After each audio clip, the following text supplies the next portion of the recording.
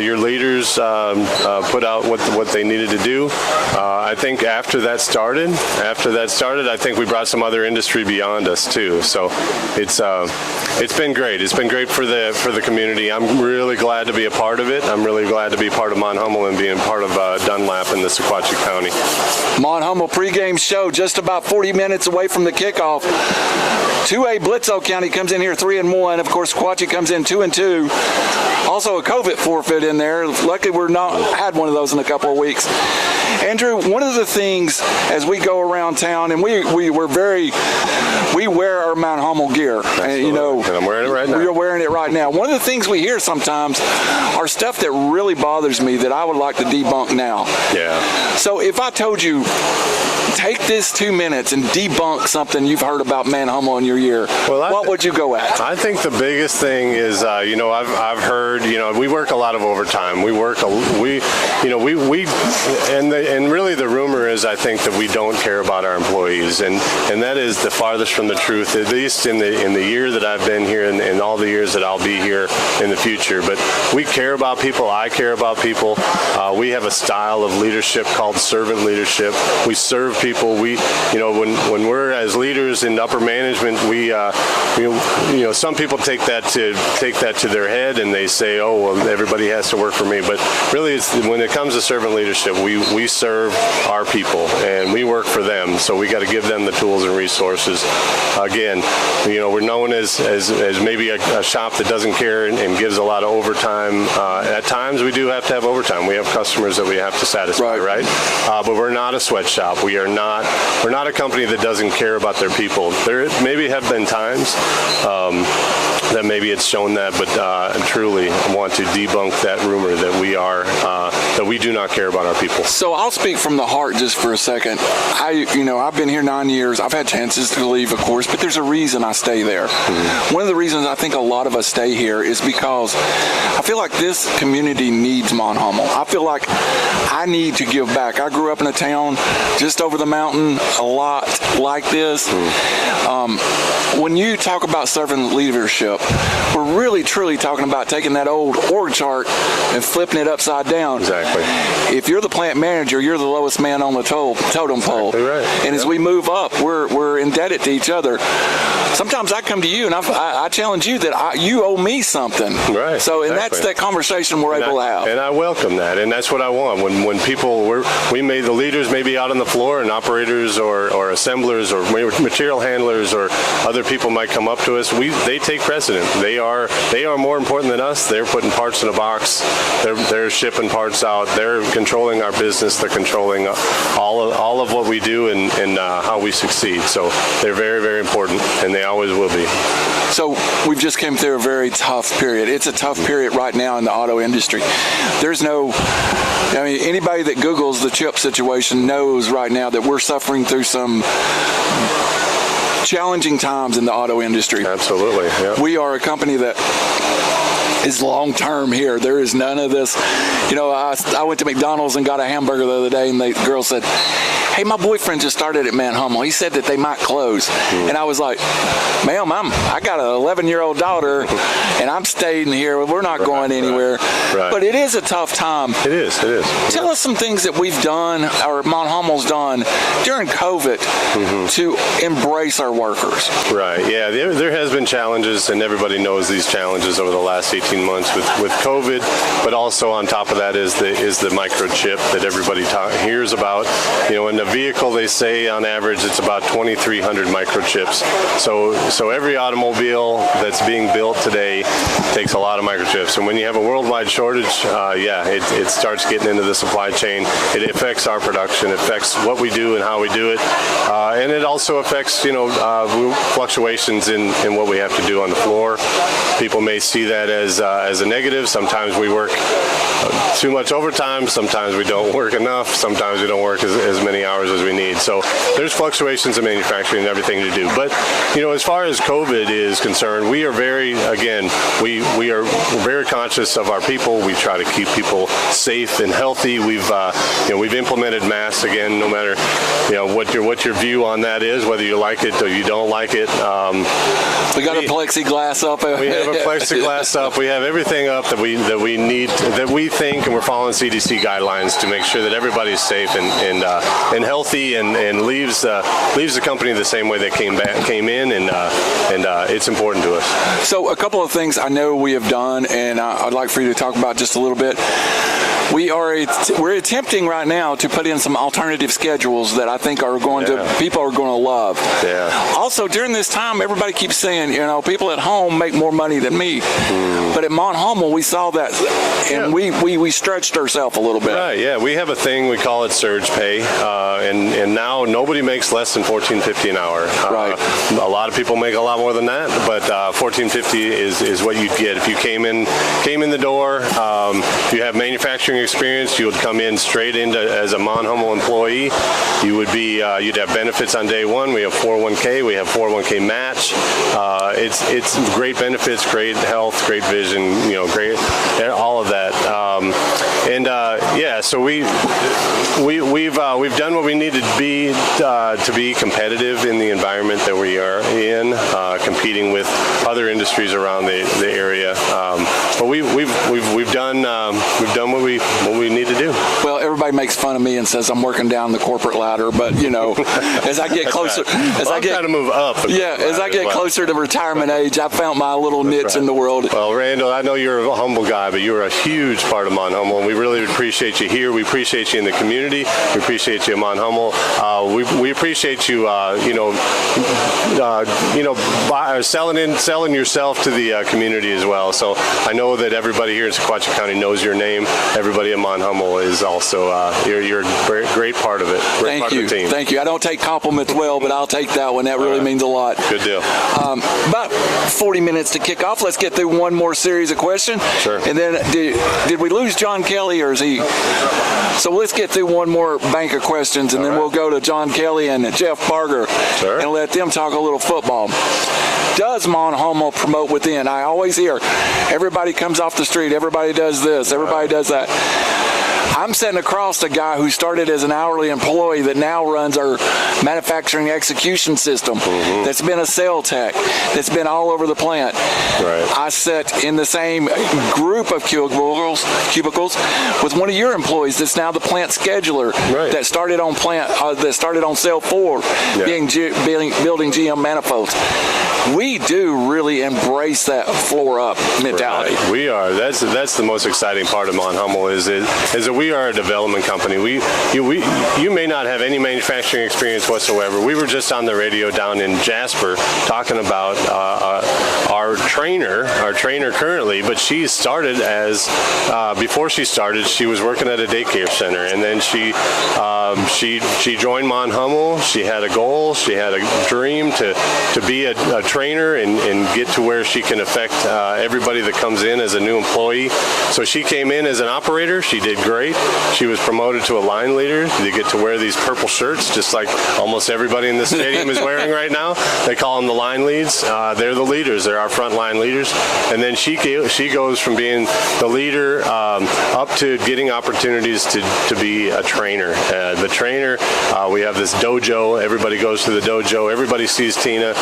Tina Ward is a huge part of our company. Gets to see everybody coming in. She does a great job, and that's just one of the stories. Several of our supervisors started on the floor and became supervisors, and so it's a big part of what we do. And 104.9, the River, is our sister station. We are a network across. Right now, you can listen to, and this is our part of the community.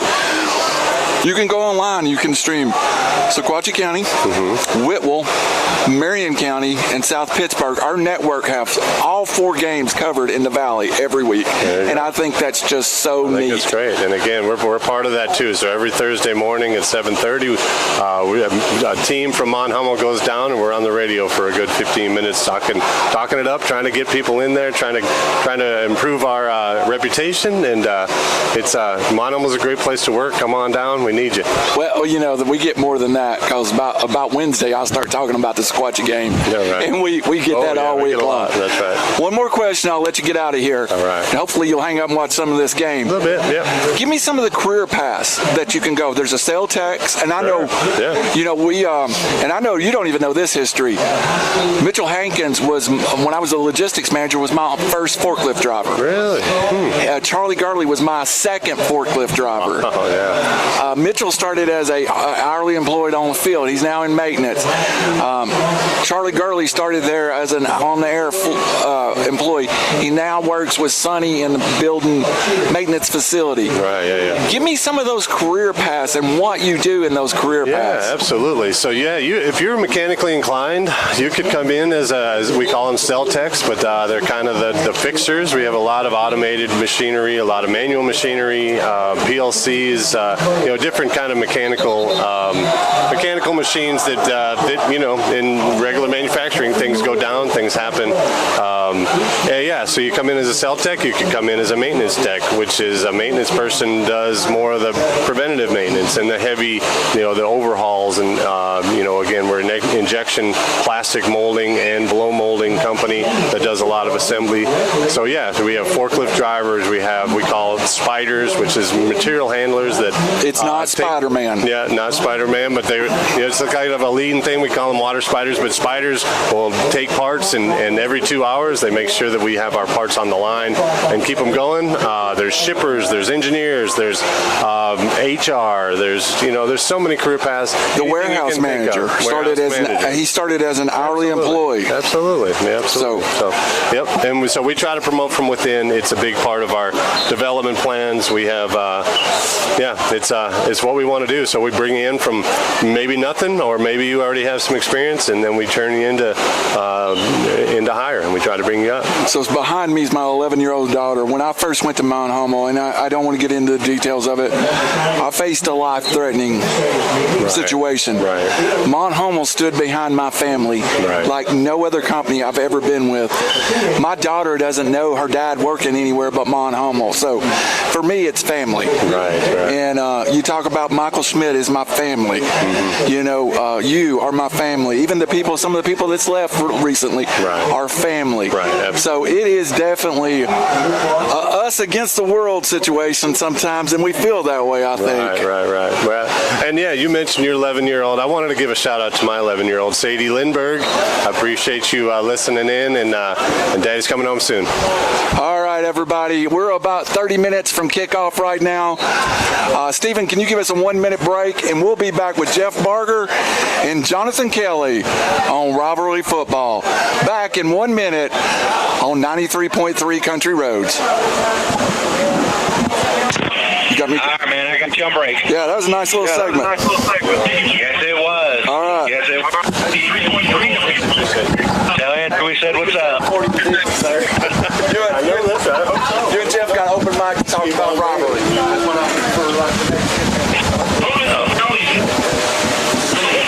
I don't know what we're going to talk about, Jonathan.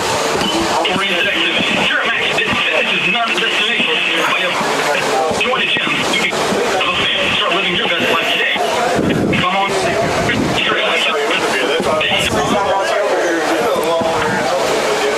Support all the local area football teams. Just let us know when we're ready to go, Stephen. At all 5 of our health system locations and across all specialties, we focus on providing. Just let me know when you guys are ready to go back.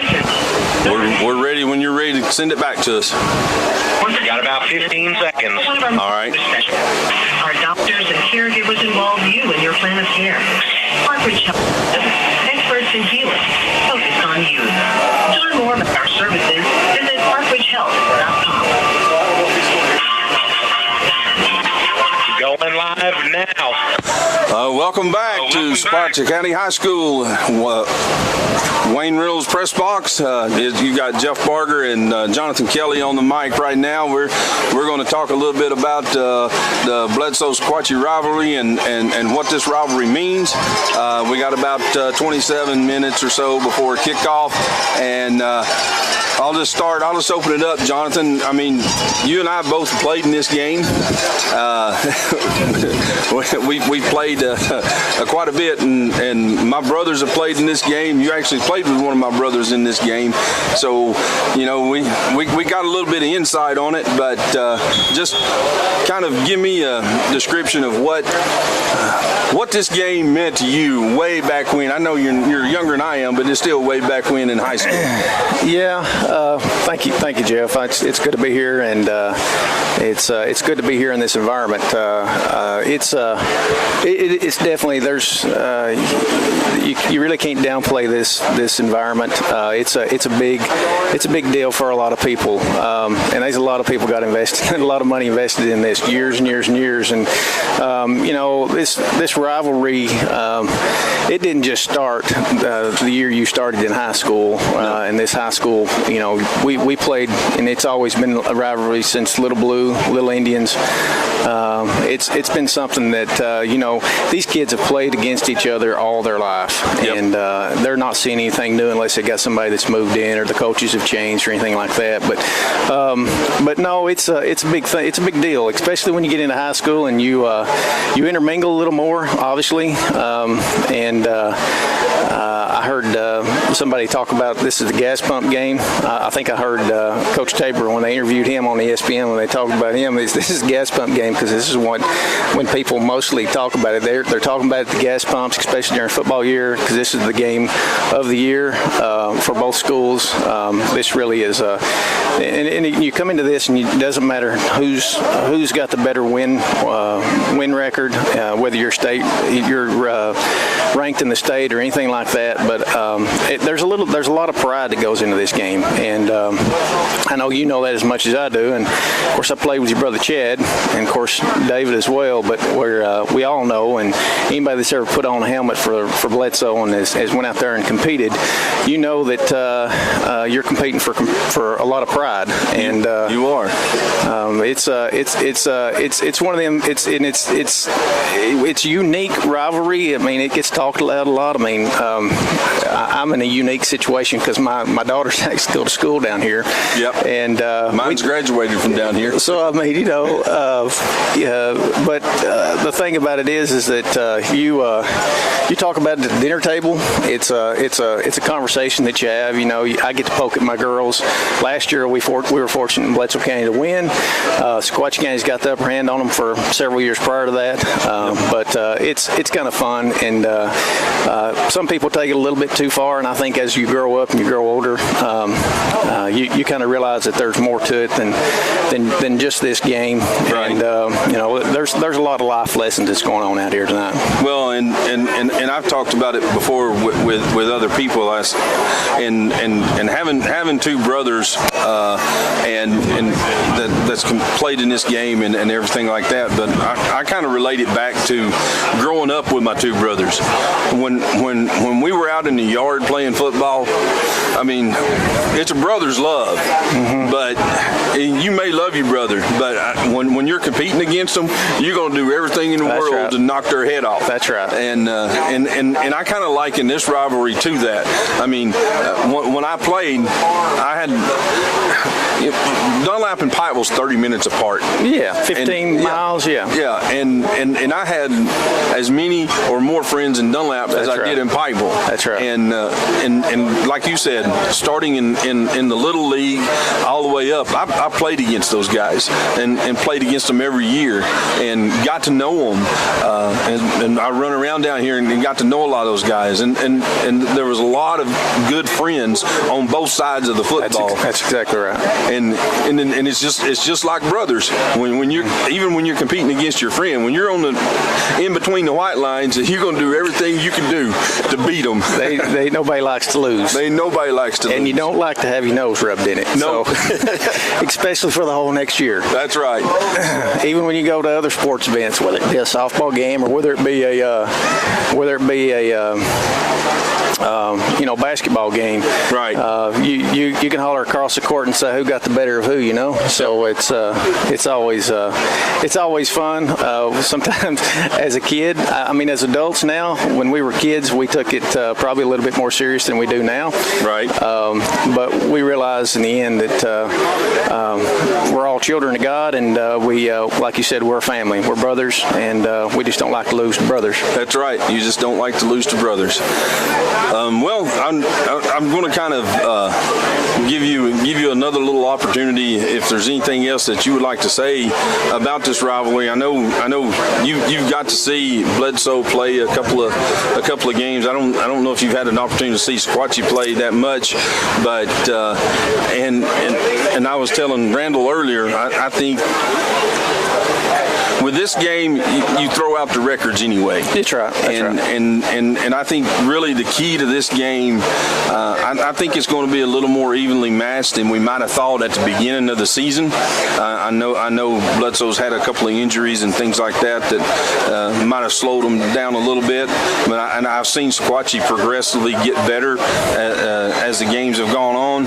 But I think that this is going to be a typical Sequatchie-Bledsoe game where whichever team minimizes their mistakes. That's right. And don't turn it over. That's what it'll come down to. And it'll come down to that. And I've actually seen Sequatchie County play the first two games of the year against South Pittsburgh and Marion, and I watched Bledsoe actually play, ironically, the last two games since Sequatchie was traveling the last 2 weeks. But I got to watch him, Bledsoe play Sweetwater and Marion, and Bledsoe took just a little bit of a step back, I would say, last week due to the injuries.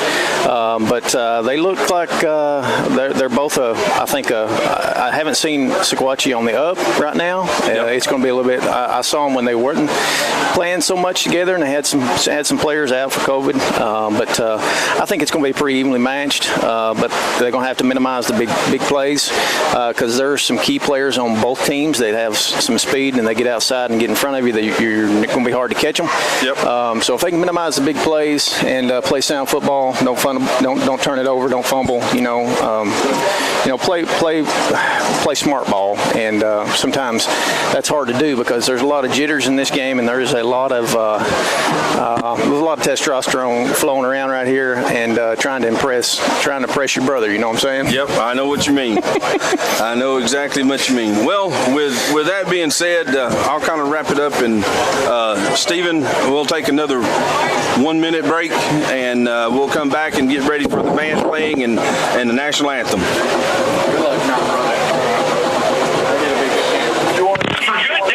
Got you on break. All right, thank you, Stephen. Does it sound okay? Sounds good, man. Crystal clear over here. All right. I hope I didn't muff it up too much. No, everything was good, man. All right.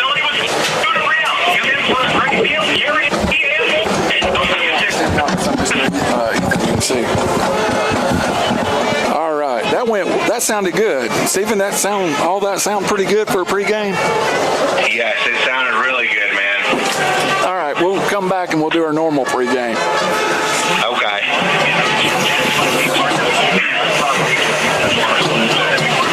What kind of matchups around the region? I got it. I'm making fun of you. Y'all gonna make fun of you over here. Oh well, I know what y'all are making fun of. Say no. Say no. I pulled my pants up. Everybody can relax.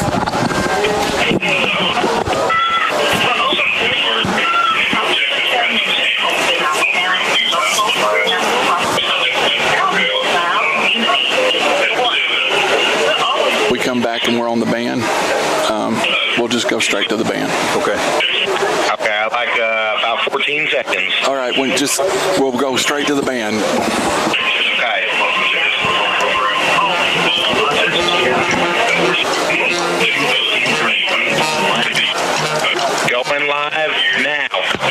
back to Sequatchie County Stadium. The battle for the stump is about 15 minutes away, Jeff. And before we get around the region and talk about some games, looks like we're going to have our national anthem. And of course, what a great time it is with visitors from John Kelly. Sonny Costa slid in here but didn't get on the radio. Andrew come in. Man, we love this community. Mount Hummel loves this community, and it's a great part to be an employee at Mount Hummel these days. It is. I mean, you and I both work there at Mount Hummel. So does Jonathan. So does Andrew. I can't say enough good things about Mount Hummel. They've really been a blessing to me. One thing I will say, tonight we have our producer back in the house, Anna Lee Cunningham, whose lone job it was to take pictures, and I forgot to have her take pictures. Yeah, she didn't take those pictures. So we're going to slide Mr. Lindbergh back in here and take a picture. Can you get a...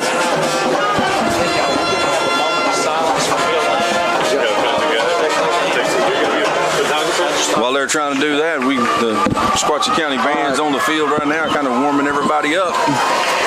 So getting ready for the national anthem. Jeff, we're also going to have a moment of silence for Bill Lane. Let's get turn around here and let Anna Lee take a picture of all of us up here together. Welcome back. We're getting ready for kickoff here in just a minute. All right, we got some pictures here. Cool. I'm fat. And we're having a moment of silence here for Bill Lane, a huge part of our program. His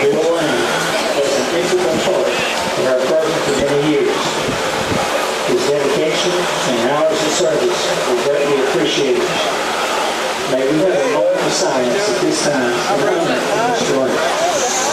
Moment of silence for Bill Lane.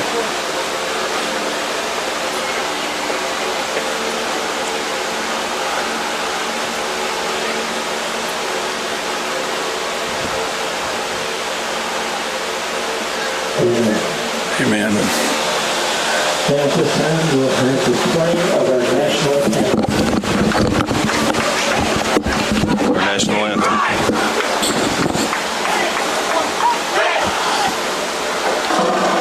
The national anthem from the Sequatchie County Band.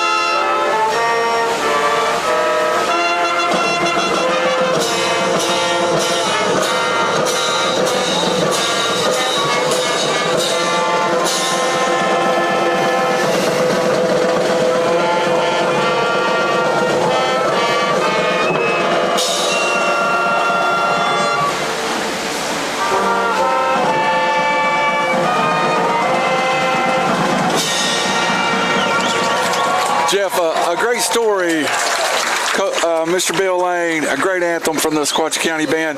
Another breaking story that affects Dunlap, going to the bullpen tonight for the St. Louis Cardinals, Dakota Hudson, back off the Tommy John surgery. Yeah, Dakota has been working really hard. I've talked to some of his family members that still live here in Sequatchie County, and Dakota's really been working and rehabbing really hard to get back, and it's great to see him back in the bigs and ready to do some pitching. And you know, the Cardinals are there in the middle of a pennant race.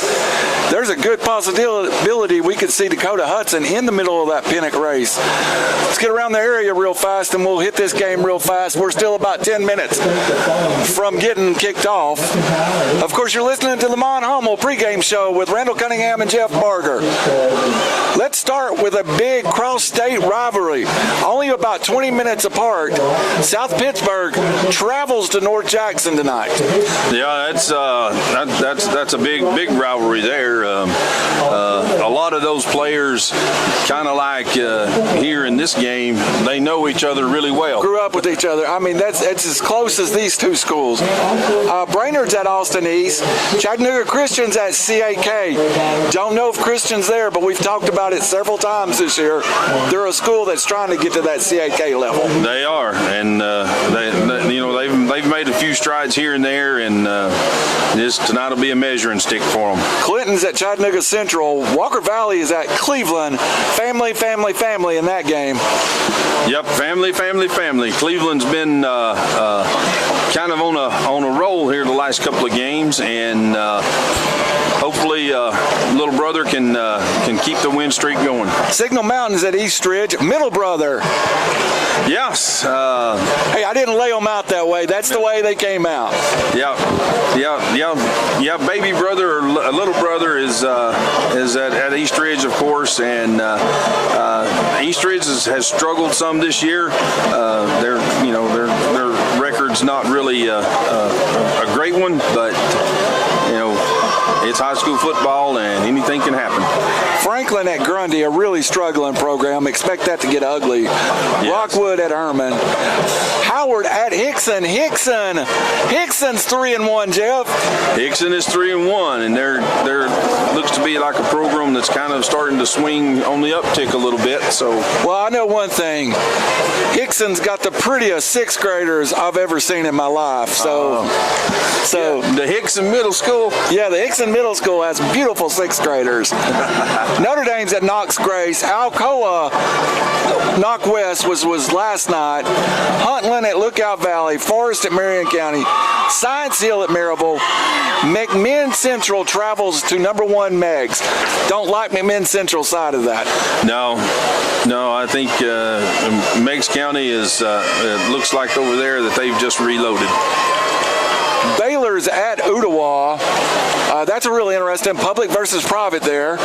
Yep. And what used to be one of the great rivalries in the area, Red Bank is at Ray County. Red Bank is at Ray County, and Red Bank is they kind of struggled a little bit this year, but Red Bank does have quite a bit of talent. Somehow they'll get it figured out, and we'll play them the first round of the playoffs. It happens every year. Exactly. DAC's at Silverdale, Soddy Daisy at Tyner, Pearl Combs at Tullahoma. In the game of the week, the Warriors come into this game off one loss to Marion County to face the 2-2 Sequatchie County Indians. Jeff, this Indians team has improved every single week of the year.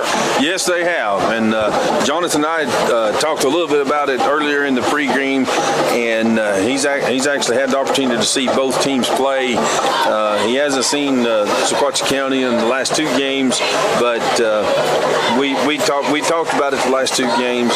This defense has not allowed a point in 8 quarters. Not against the best competition, but that's who you lined up and play. That's who you line up and play. Dominant at Jackson County, dominant on the road at Grundy County. Yep. And you felt like Jackson County was a little better than Grundy County. I would think a Jackson County win was a little more impressive. I tell you, what is your keys to the game tonight?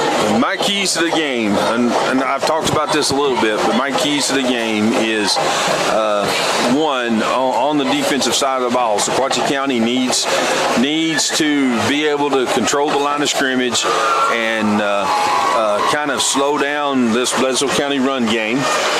And two, I think Sequatchie County really needs to establish their run game.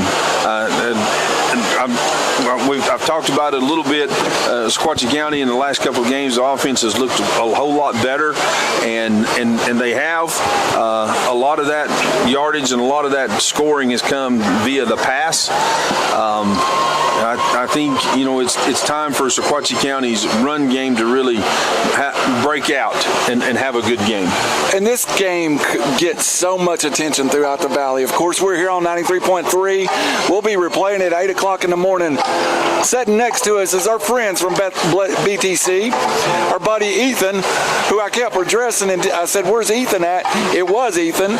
So that shows you what I know. Yeah, your friend Ethan, who has shaved and you didn't know he was Ethan. Yes. Yeah, I know. I got you. Of course, we're going to upload this game as soon as they can, probably tonight, to Channel 18 Valley so you can see it. Listen here. Across the way, I'm sure Bledsoe County has a radio station here listening. Yep. Of course, we've got teams in Whitwell right now, teams down at North Jackson, teams with Marion on our I don't know what to call our network, but our network of station. This has a big game feel. It feels like a big game. And I tell you, Jeff, we've kind of seen crowds down throughout the COVID situation. Yep. This looks like a normal home crowd. This looks like a normal home crowd, and they're still streaming in, so there'll be plenty of room, or plenty of people standing. Looks like so. Yeah, you're right. But again, Bledsoe Sequatchie, it's always standing room only. So I want to go through real fast. At halftime, of course, Coach Faulkner from the Bledsoe Sequatchie Middle School Braves, 5-0, the South Division champions, will be up here for an interview.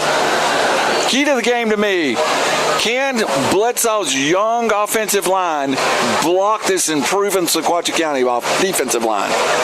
I think that will be a key. I think that's going to be the key to the game. And as usual, these games will wind up who makes the fewest mistakes. If the ball gets on the ground, who's going to recover it? Well, you know, Jeff, sometimes we try to stay almost neutral up here, but we are Sequatchie County Radio. Do you want to make a prediction for the game, or do you just want to leave it open and say we'll find out in the next hour? I think I'll just leave it open. I'll take the cowardly way out. I'll leave it open, and we'll find out in the next couple hours. All right. Now I'm going to go ahead and I'm going to give a little bit of what I think happens tonight, and then you follow me and see if you agree with any of this. I think the number one story to the game is within the 30 seconds of the Warriors having the football, who runs out at quarterback for Bledsoe County? I think you're right. I think that's going to be a key on who comes out at quarterback.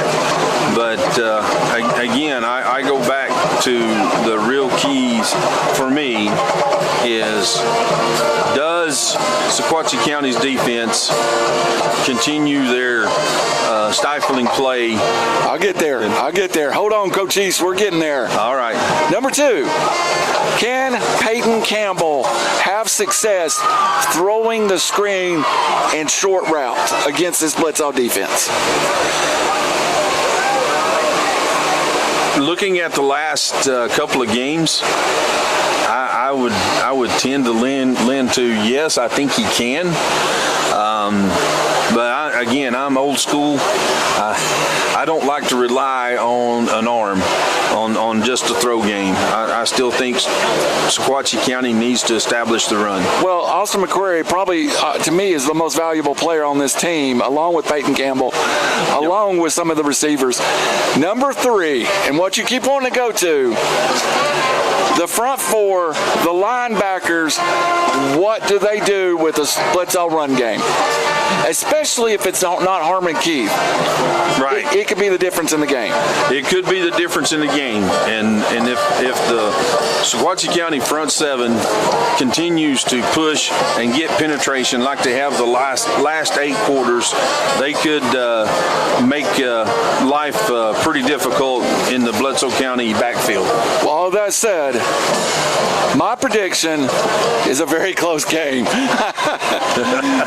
A very close game. Steven, we're in a little delay here. Why don't we go ahead and give you a 1-minute break? We'll be back on the Man Hummel pregame show back in 1 minute. All right, got you on break. All right. Thank you. We'll go straight to the game once we come out of this break. Okay. They're just doing some pomp and circumstance for the game. So, all right. Hey, we're getting a little pomp and circumstance tonight. Spirit lines, cheerleaders everywhere. Hey, this is great. This is what I love basketball. Now, I don't see a sign up in here. What? Hey, it could be over at the baseball field. There is one on the baseball field. That's where they put it at. All right, when we come back. My daughter's right in the softball. I love it. Both my daughters were flag girls, so, yeah, so I was all about the band too. I'm in day one of clarinet. I'm running this last one, and I'll let you know. I've got about 20 seconds. All right. All right. All right. And did we get enough in the pregame for you? Yeah. I'd like to get one more if I got time. Go ahead and get it right now. We're still 5 minutes. Okay. Go ahead. It's a 30-seconder. Yes. Go ahead and get it. All right. Oh man. And I think where I just ran through all of them already, so when we go through the game, I'll have them all played. All right. Good. Wow. Here we go, baby. I just wish we could pull a win off in the swamp for Saturday. Yep. I don't have my hopes up, but I wish it. Hey, baby. Give Daddy a hug. You guys ready? Ready. We're ready. Time now. Welcome back to Sequatchie County Stadium. Jeff, we're just minutes away. The Spirit lines on both sides of the field at capacity across the way, at about 85% capacity over here. People lining the fences. This is football time in Sequatchie County. This is football time. This is what we missed last year in the COVID games and things like that. This is what high school football is all about. I am so excited. Who won that toss? Sequatchie wins the toss, defers to the second half. Sequatchie dressed in their home uniforms, white pants, purple tops, gold lettering, white helmets. Across the way, Bledsoe will be coming out in a stormtrooper-like uniform, but with blue helmets. Yep, they got their road whites, white jerseys, white pants, and blue helmets. A crowd of around, I'd call it 2,000, would you say, Jeff? Yeah, I would say it's creeping more, maybe 2,500, maybe. And then a crowd on the radio of a few thousand of our closest friends. Across the way, Bledsoe County is coming on the field. Here comes the 3-1 Warriors, ranked in the 2A state title top 10 until the loss last week at Marion County. Meanwhile, Sequatchie County 0-2 to start the season with a COVID forfeit, and since then, impeccable. A 22-0 win at Jackson County, a 40-plus win at Grundy County, and tonight they play their near and dear old-time rival, and here come the Indians. Sequatchie County enters the field 2-2, coming off of 2 straight wins over Jackson and Grundy. Tonight, this matchup is a battle for the stump. A battle for the stump. We're ready, man. Clock's gone. It's time to play football. It's time to play football. Last thing, Jeff, give me one key to the game. One thing that you want to see happen. No turnovers. No turnovers either side. Clean game. Clean game. What I want to see, we haven't seen a lot this year. The guys in the black and white shirts have a good game. You know, we've struggled. They've struggled. Publicly, we've all known that they've been a shortage of reps. Yep. Let's get these guys out of the way and let them play football. And we are just seconds from kickoff now. My heart is pumping. I love this game every year. This is a good one. We're just about to get underway. Back deep for the Warriors. We'll say it is going to be hard to see the Bledsoe County's numbers tonight. Back deep, the Warriors kick off. A change for the kicker for Sequatchie County. It looks like Hunter Roberson will come out and do the kickoff, Jeff, and we've wondered over the last few weeks why Hunter hadn't been on the field. Well, and you know what we noted about it, his hand was heavily wrapped and taped up in both those games, but looks like it's got a little less wrapping on it this week. For Cadillac Seavers, the 4-year player, the 4-year starter for the Bledsoe County Warriors, are back deep to field the kick.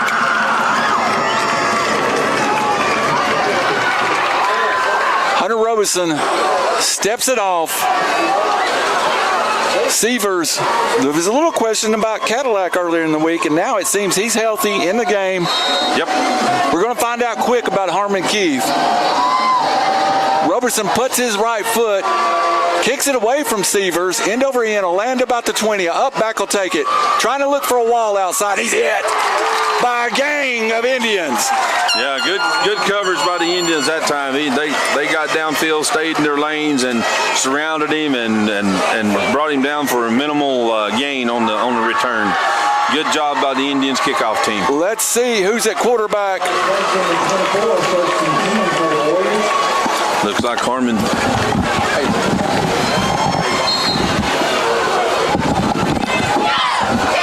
Harmon Keith, we believe, is in the game. Let's get it set real fast. We'll see the number here in just a second. Harmon Keith, 3, it looks like, under center. Hands it off to Cadillac Seavers, trying to get outside. String it along a little bit, and then he's hit by a host of Indians. Yeah, good defensive stand on the first play from the Indians there. They kind of strung it out and kept him to a little bit of a minimum gain. Looked about 3. He got about 3 yards, 3.5, almost 4. 2nd and 6. So Keith answers the call. The game time decision is into the game. Seavers, however, I do not see Sweat into the game. He was very iffy coming into the game. Keith in shotgun. Back to throw. Rolls outside. Looking for a man outside. Complete dropped.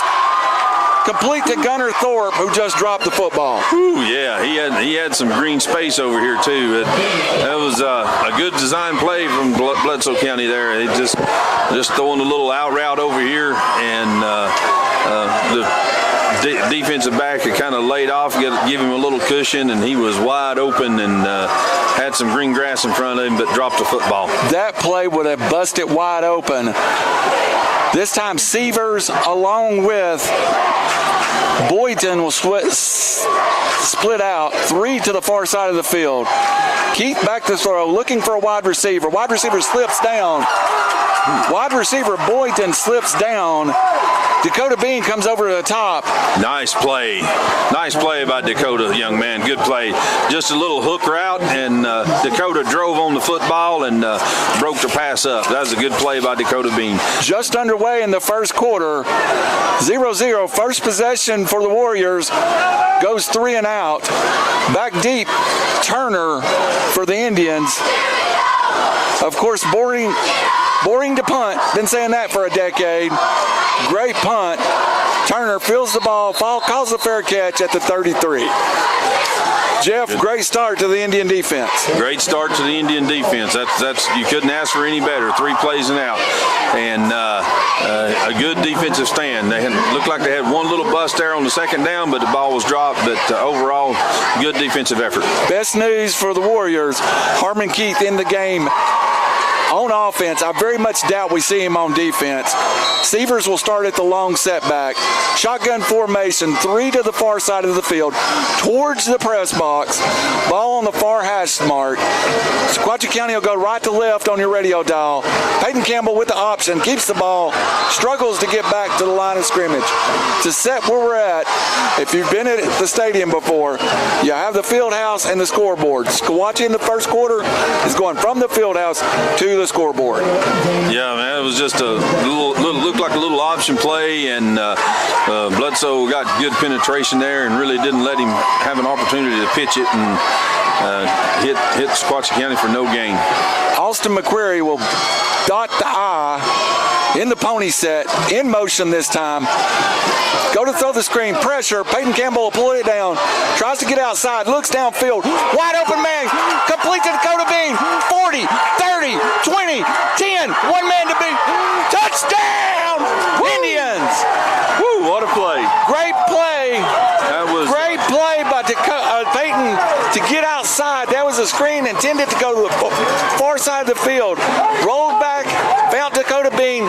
6 points for the Indians. Yeah, he just kind of come up there, was going to throw the screen, had a defensive guy in his face, kind of rolled back the other way, and the Bean came open over the middle, and he was gone. 10:04 to go in this first quarter. The Indians strike first. The 60-yard, 5-yard pass, Bean from Campbell. Roberson's kicks up. He misses the extra point. So we strike first. The Indians strike first. 65 yards. Campbell to Bean. And it's 6-0, Jeff. Yep, that was just a good individual effort and play. Because as you called it there, they had put McCurry in motion over here. It looked like they were setting up to try to throw the screen to Austin over here on the side. The defensive end got a little penetration, got his hands up. Peyton saw it and kind of rolled out the other side and found Dakota dragging across the middle and wide open and hit him in stride. And then it was just a foot race, and Dakota was just a little bit faster and was able to get into the end zone. It was really a broken play for this Bledsoe defense, which is a good defense. They all collapsed with the motion of Austin McQuarrie to this near side, and it was just an open route on the far side. And when Dakota caught it, he had one man to beat, the safety over the top, and it was 6 for the Indians. Yep. Quick score, exciting. My heart's pounding. Of course, every week we're here with Sequatchie County, but we're all family tonight. We root for kids on both sides normally during the year. Yes, we do. So Bledsoe will be back with the football. First, Hunter Roberson kicks it off. This time he kicks it to Cadillac Sievers, who will field it around the 5, the 10, the 15, loses his feeding, and down at the 22-yard line. Cadillac, the all-state back, they've got to get him started. They've got to get him started, and again, Sequatchie County's kickoff team stayed in their lanes and stayed surrounded by him and kept it to a minimal return. I think he got it up about the 23 or 24-yard line. That was about it, and good coverage by the Sequatchie County kickoff team. When you look at the film of the Marion game, this Bledsoe team, which is mainly a junior offensive line, struggled up front. Yep. I think right now Bledsoe County wants to establish that, and let's see if they can establish the run off of this series. Harmon Keith, hand off to Cadillac Sievers, straight up the middle for about a gain of 5. Cadillac's just a good back. Yeah, he is a really good back. We've seen him for 4 years be a really good back. Cadillac's been there since 1989. I would think so. But yeah, it's they just got a good, Bledsoe got a good push right straight up the middle, right off guard, and Cadillac drove it up in there for about 5. 2nd and 5, 9:36 to go in this 6-0 game. The Indians lead. Bledsoe County, wing T formation, tight set. Turn around, hand it to Sievers, little room, makes a little move, gains about another 5. He's right at the down marker if he doesn't have it. Yeah, it was well blocked. It looked like Sequatchie County did get one guy that kind of flashed through there, but he ran right by the runner and wasn't able to make the tackle, and Cadillac moved forward for about 6 yards, got him the first down. 1st and 10 for the Warriors. Ball on the 35, trailing 6-0. Harmon Keith under center, wing T set. Keep the ball. Nope, hand it underneath. And he's hit in the backfield for a loss. But Jeff, even though that play's a loss, that's the reason Harmon Keith's so important to this football team. That is. You didn't know where the ball was for about 2 seconds. No, and that was a good play by Evan Griffith right there. He just kind of flashed through and basically tackled the running back just as soon as the ball was handed to him. Got him for about a 3-yard loss. Nice penetration by the Sequatchie County defensive line that time. 2nd and 13, 8:36 to go in the first quarter. Indians lead 6-0. Football on about the 33-yard line. Harmon Keith, direct snap, looking for a hole. And again, he picks up about 5 but loses his feeding. Jeff, are the Warriors having a little trouble keeping their feeding on this field turf? Yeah, they may not be quite used to this turf. It looks like they've had a couple of slips, but he wasn't really going to go that much further anyway, because Sparta County had the hole kind of closed up there on him. So good play by the Sparta County defense. 3rd and 8, critical down for the Warriors, trying to keep this drive going, trailing 6-0. Harmon Keith will throw the football, floods the pattern, looking for Severs, complete with the screen, and again he loses his feeding. And Jeff, I almost begin to wonder now. I know some coaches want to wear cleats on this. Some wears like almost AstroTurf shoes. Yep. I wonder if there's some kind of adjustment that Bledsoe can make to their footwear right now. Probably not at this point in the game, but we'll see what they do. We'll see if their feeding gets wet. It's a different surface here. It's a different surface. You got to get used to it. Boring, huge kick. Colby Turner calls a fair catch, catches it about the 26-yard line, and that's another key to the game we should have talked about. The Boring family has been kicking at Bledsoe County for at least a decade. Yep. All great. Colby, his job tonight is not to gain 1 yard, but to catch every punt. Yep, exactly. And you got to be sure you field every punt. And that was a nice high spiral, good decision by Colby, because he was surrounded by Warriors if he didn't call for the fair catch. So good decision making on his part. Indians lead the game 6-0. We'll snap it with 7:01. Football on the 26-yard line. 1st and 10 from the Warriors. The Indians.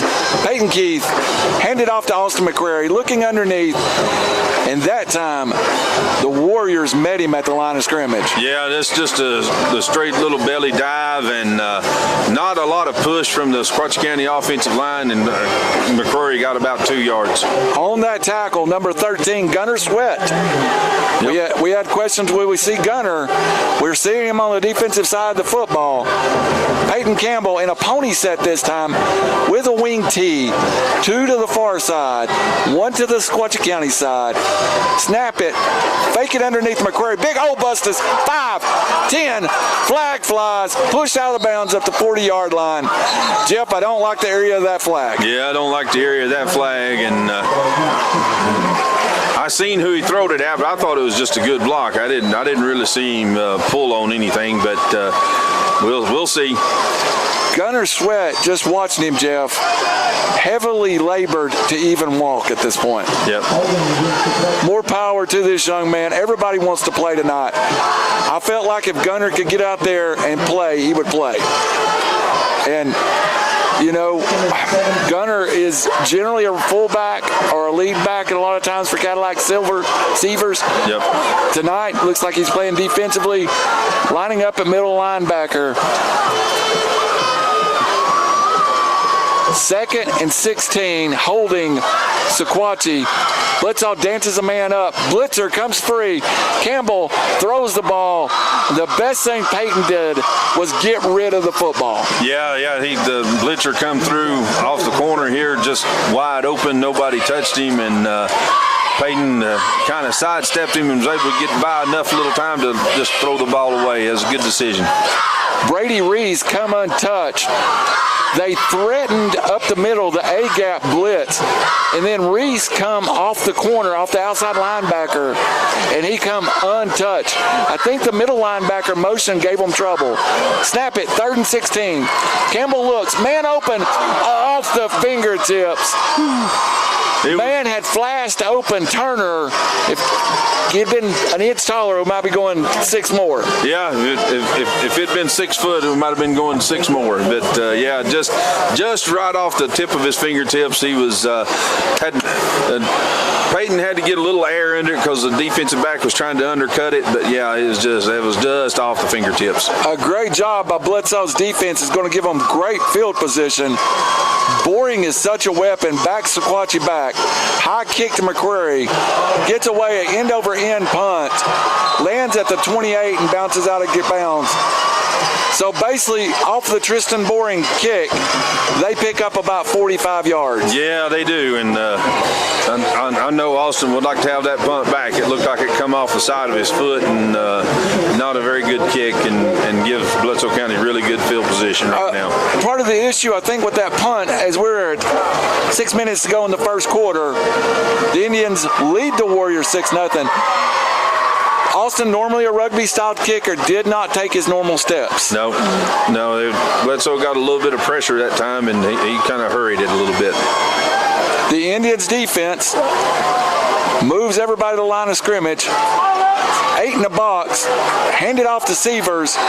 He's hit, and right now, the Warriors' offensive line is having struggles with the front seven of the Indians. Yeah, the Indians' front seven right now is playing really good football. They got good penetration, had good gap integrity right there. The linebacker scraped off and made the tackle for minimal gain. I think they gave him a half a yard gain on that one. So good play by Sequatchie County. Griffith, Henders, and Pinnock, that front three have been very, very good this year. Yes, they have. Offset eye, handed underneath the Severs. It breaks open. 5, 10, no one touches him. Touchdown, Bledsoe County. Cadillac Severs pops open, misdirection hangoff, and no one touches him. Yeah, we got kind of got caught in the wash there. We didn't defensive end over on the far side didn't get upfield and turn him in. And once he turned the corner, everybody was kind of washed, had followed the motion the other direction, and he was untouched all the way to the end zone. Kick down, Boring up, good. 7-6, the Warriors now pull ahead. 2 big plays already. Only 7 minutes into this first quarter. 2 scores. The 55-yard pass, Campbell to Turner, and now the 28-yard run. Cadillac Severs. Bledsoe does what Bledsoe does on that play. Yep. They line up, tight splits, run misdirection in the backfield, and if that end gets kicked in, it's trouble. It's trouble, and that's exactly what happened to Sequatchie County's defense that time. Defensive end kind of got trapped on the inside, and Cadillac had the hole outside to take it down the sideline. So I'm sure the coaches will come in and remind the defensive line on that play, and they'll come back and be better the next one. Heavyweight fight. Mike Tyson used to say, everybody has a plan to get punched in the mouth. Both teams been punched in the mouth now. Yep. It's time to settle down, get into your game plan, get into your flow. And again, the value of Tristan Boring. Yep. Makes the extra point, huge punt, flips the field. He is really the offense so far, outside of the 28-yard run by Severs of the Warriors to this point. Yep, he gave Bledsoe County a short field to play with on that series. Tee the football up at 40. Back deep, Bean and McQuarrie scrib it over to an offensive lineman. He'll fall on it at the 48-yard line. Jeff, question that. Yeah, I'm not sure if they were. It didn't look like a traditional onside kick. Then maybe he was just trying to squib it and maybe missed it or whatever. But it hit one of the Sequatchie County offensive linemen, and he did what they do best, and that is cover the football and get on the ground. And eat hot dogs. And eat hot dogs. That's right. So we'll have the football. 5:13 to go. Sequatchie County will have the football at the 48-yard line. 1st and 10. Snap, Campbell, underneath the McQuarrie. 5, right up the middle. Put the ball at about the 47. Yeah, nice run. Looked like the Sequatchie County's old line kind of opened up a little bit of a crack for McQuarrie to run through, and a nice gain. Got about 6. 4:55 to go in this first half. The Warriors now lead the Indians 7-6 on this beautiful football night in the South. Traditional set, 2 wide, tight end into the game. Lead blocker Turner. Little mix up in the backfield. Campbell will pull it down and just move the ball forward. Jeff, that was trouble from the get-go. Yeah, but made a good gain out of it. It looked like they were trying. The running back and quarterback didn't work quite on the same page and kind of run into each other. And Peyton just pulled it and run it right up the middle and got about 4 yards. Big play here. 3rd and 3. Trying to answer the Bledsoe County score. 4 wide, 3 to the press box side, 1 to the visitor side. Coach McNary, team raises up, calls the plays from the sideline. Campbell, movement up front. That'll cost the Indians 5, Jeff. Yep, that's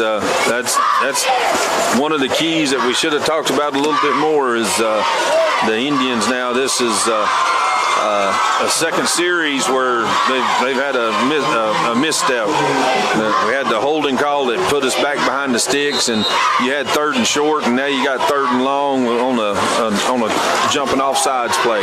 3:51 will snap it. Now a 3rd and 7. Turner, Bean, Donahue, McQuarrie, and Turner is available to Campbell, and Coach McQuarrie will get a timeout. Yep, looks like they're going to have timeout. We're going to take that timeout with us. Stephen, if you can run us a 30-second timeout, we'll be back in 30 seconds on the Indian Football Network. Got you on break. All right. Number 4 is an all-state running back. 13 that's playing on defense is normally their fullback. He's not playing. 13 and 4 together is hard to handle. So he's playing defense and not offense. He's limping to do that. So is this season Ready to come back? Yeah, we're ready. Coming back now. Welcome back to Sequatchie County High School. And Jeff, just because I'm visiting with Andrew don't mean I can't handle my duties. all right, go right ahead then. Where we at? Well, welcome back to Sequatchie County High School, Wayne Rules Press Box. Welcome back to this 7-6 game right now, Jeff. It's a big call right here. 3rd and 7. Coach McIntyre gets the timeout. Talks about it. He's going to wind up his best play. Yep, we're going to try to design up his best play and see if we can't get this first down. McQuarrie will be in backfield with Campbell. Roll it this way, looking downfield. Peyton throws, complete to Donahue. I don't know, Jeff.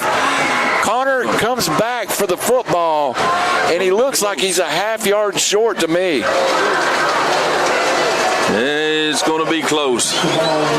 They might be 6 inches or so. Looks like Sequatchie County's lining up to go for it, but good little design pitch and catch. It just Connor had to come back, and when he had to go down and catch, it was just a little bit short. All right, 4th and 1. Under 3 minutes to go in the first quarter. Campbell will snap it. Hand it to McQuarrie. Needs 1, gets 2, 3, 4, breaks 1, 5, down to the 30. Hard run, Austin McQuarrie. That was an excellent run, young man. Had got just a little bit of a crease and broke a couple of tackles, made a little spin move, and just kept turning his feet and got about a good 8-10 yards. And that is a Sequatchie Farmers Co-op first down. come out. 2:51 to go in this first quarter, 7-6. The Warriors lead the Indians. Offset, shotgun, put Bean in motion. Flags fly, and again, it looks like the Indies are going to be guilty of motion, and they are, Jeff. Third penalty in less than 10 minutes of football. Yeah, and these are costly. You just made a first down on fourth down, and you got a little bit momentum, and you shoot yourself in the foot like this. You gotta get that concentration and move when the ball moves. 2:36 to go, 7-6. Bledsoe County leads Sequatchie County. Turner and McQuarrie in the backfield. Hand it to McQuarrie. He'll struggle to get back to the line of scrimmage. Yeah, just not a whole lot of room there to move on. Bledsoe County's defense kind of came up and stuffed the hole pretty quick. Tackled by Big Gunner Sweat along with Silas Davis. We'll call it 2nd and 13 with 2:03 to go in the first quarter. 7-6. 2nd and 13. Snap, Campbell, draw, hole, up the middle, down to about the 25. Looked like he was going to throw the screen to start with, pulls the ball down. Good play call. Yeah, I'm not sure if that was a design quarterback draw or if it was just Peyton reading it. But either way, it was a good play call. He pulled up like he was going to throw the screen over here, and middle opened up, and he just pulled it down and took off and run. 3rd and 4, much more manageable situation for the junior Peyton Campbell. Again, 3 wide. Hand it to McQuarrie. No, he'll keep it. Pull it down. First down. Man more. Peyton Campbell breaks it. Turns back left. Touchdown. Peyton Campbell. The 25-yard run. You didn't call it the first time. We have to call it this time. That's a Farm Bureau touchdown. That's your job. Oh, okay. Yeah, another nice little draw play from Peyton. He faked it to Austin. Austin was going around the end, and he just come back this other side, and it was wide open and broke one tackle and was gone for the touchdown. The Indians, I wondered if they'd go for 2. We'll kick the extra point. Roberson, no, fake. McQuarrie trying to get outside. Stringing it towards the corner. Hit by Sweat. He'll be short. Try. No good. He was close. 12-7. It was close. But yeah, the good defensive play by the Warriors there. They might have suspected Sequatchie County going for the fake, and Austin just took the snap and jumped up and started towards the corner of the end zone, and Bledsoe was there to just keep him away. He was inches away from the pylon when he got knocked out. 12-7. The Indians will lead the Warriors now. 112 to go in the first quarter. Cheerleaders cheer, bands play when you score touchdowns. Yes, they do. 12-7 now, and been a firework-filled first quarter. I don't know what to say. This is. I did not expect this. I expected a lower scoring game. This is what rivalry games are all about. It's just back and forth. It'll be who wants it the most. 12-7. The Indians now lead. 1:12 to go in this first quarter. A little chill in the air tonight here in beautiful Dunlap, Tennessee. Yes, right. Of course, last year I said it was beautiful Pikeville, Tennessee. We got Farmer. What was the farmer's name? We was doing the game from the stadium. I can't remember now what the farmer was. Roberson will kick it away. This time he goes away from from Severs, but the ball will go out of bounds. And again, trouble for the Indians in the kicking game, Jeff. Yeah. I don't think he necessarily wanted to take that ball out of bounds, but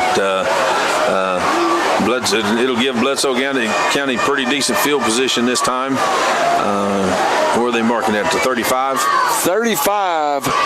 Trying to kick the ball away from Severs. Kicks it out of bounds. Harmon Keith will come back out. That offensive line up front, 77. Let's get these names in here. 77. David Holt. I can't find mine. I'll get it on the neck. There it is. 77 Holt. 51 Davis. 53 Smith. Turn around, hand it to 2. The other Seaver, the younger Seaver, trying to get outside, strings it along, might have got 1, but pretty good defense by the Indians. Yeah, another good defensive play by the Indians, and they got a little penetration, didn't let him get outside of them, and they just kept stringing it along, and the linebackers came in and filled up and cleaned it up. Got about 2, maybe 3 yards. Trying to get all these offensive lineman members marked from Bledsoe County. Again, Keith this time will go into the shotgun. 2 to the wide side of the field. Severs in the backfield in the pony. Keith underneath the Cadillac. 5-10, first down, Warriors. Yeah, just Bledsoe that time, they got a good hole over there Cadillac had a nice little hole to run through, and just picked up about 7 or 8, 9 yards, looked like, and Sequatchie County's defense finally closed up on him and was able to make the tackle, but too much, young man. Davis, Smith, Raines, Jefferson, and Holt across the front for the Indians.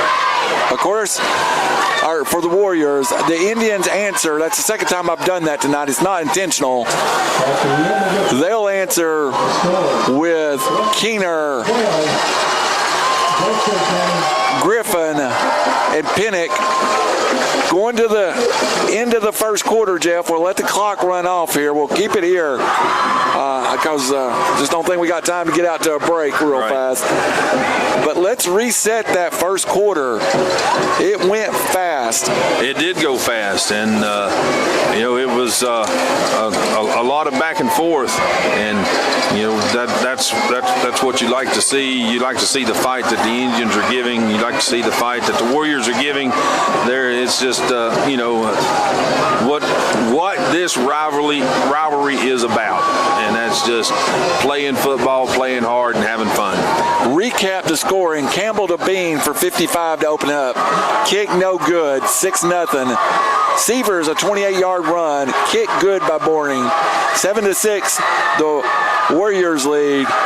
Campbell, 25-yard run up the middle, try for 2, no good by McQuarrie. And that's where we're at here at the second quarter. 12-7, Sequatchie County leads Bledsoe County. It is 1st and 10 from the 48 for the Warriors. Side switch. So now the Warriors will be going right to left on your radio dial. Sequatchie County will dance up front. Hand it underneath the Severs for 5, straight up the middle. And that's beginning to be there almost every time for the Warriors. Yeah, that was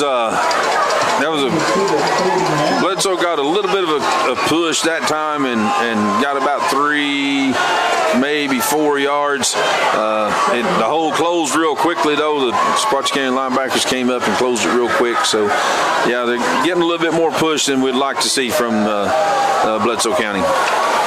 Moffitt, McDaniel, and Knight will be your linebackers. Was looking for Meeks. He's over here on the sideline. Shotgun. Hand it to Severs. Looking for a hole. 5. Right at the first down. Second effort will get it 1st and 10, Bledsoe County. Yeah, every once in a while you just got to tip your hat. That was an excellent run. I mean, Severs had a little hole over here on off tackle and lowered his pads and had about 3 or 4 Indians on him and just kept driving the feet and got the first down. One thing I'll say I learned in the first quarter, last year the game got kind of one-sided. Yep. These are 2 evenly matched football teams. Yep, they are. Keith all the way. The injured Keith all the way in a shotgun with Severs in his backfield. Snap, back to throw, rolls to the right, throws the open man in the flat, 33 with the catch. He'll make the catch, turn it upfield, pick up about 1. That's a chance. Boynton, that's a name from Bledsoe County football. Laurel, yep. Laurel, isn't it? It is, and that was just a well-designed pitch and catch. It just a little hook route out here in the flat, and Sequatchie County played it a little soft, and they caught it and spun around and got a few more yards. Keith, Jeff, in between the play, I want to run down the sponsors real fast here. Keith, keep it himself, trying to get outside right at the first down. We'll call it 1st and 10 for Keith. Man Hummel, the pregame sponsor. Campbell Tree Service. Jason Lewis Automotive. Sequatchie Farmers Co-op for the first down. Farm Bureau for the touchdowns. Valley Entertainment. Sequatchie Electric Co-op. Max Fit. Citizens Tri-County Bank.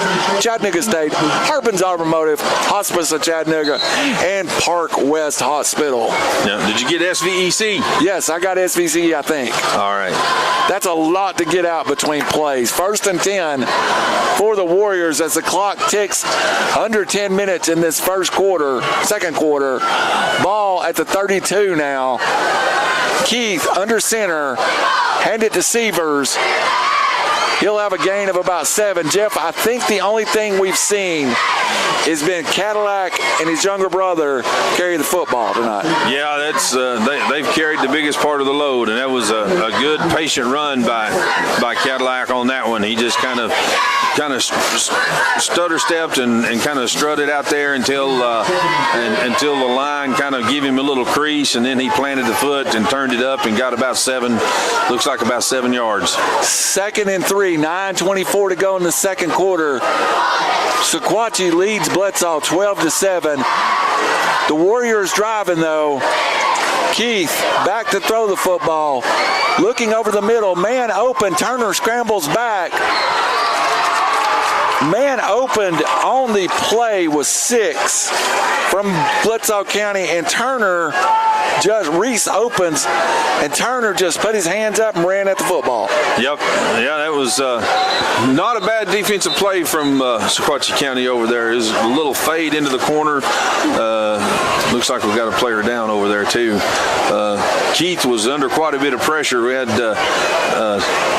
Sequatchie County applying a lot of pressure on that pass, and he really couldn't set his feet and throw, and it was just a little bit high and a little bit long. But we'll take a minute here because we'll see who went down over there. It was on the far side of the field. 9:06 to go. I think we can cut this fan off, Jeff. Won't you unplug the fan there? 9:06 to go.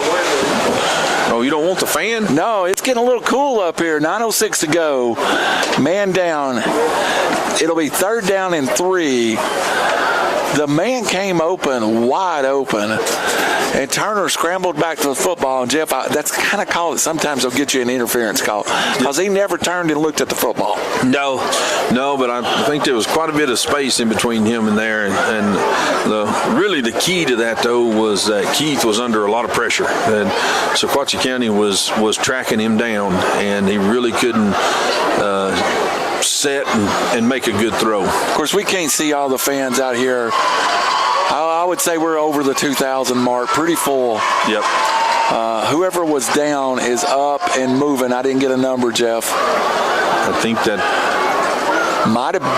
that's Keith. Ben Keith. Looks like we have a new quarterback into the game. That's what I thought it was. So if Keith... He's walking under his own power, though. He's headed back to the locker room. Keith out. The freshman will be into the game. Jonathan Thomas. Hand the ball off to Severs. 1st down plus some. Harmon Keith looked like he was headed to the locker room, turns around at the 25, and that might be the story of the game on the sideline right now. Yeah. But another nice run by Cadillac Severs over there. That just the right side of the line opened up a hole for him, and he planted his foot and went up and got the 1st down. Jonathan Thomas, a freshman, into the game.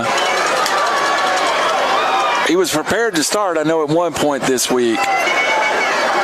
1st and 10, handed off, not up the middle, 1st down. Sam Agee straight up the middle. Best run of the night by someone not named Cadillac Severs.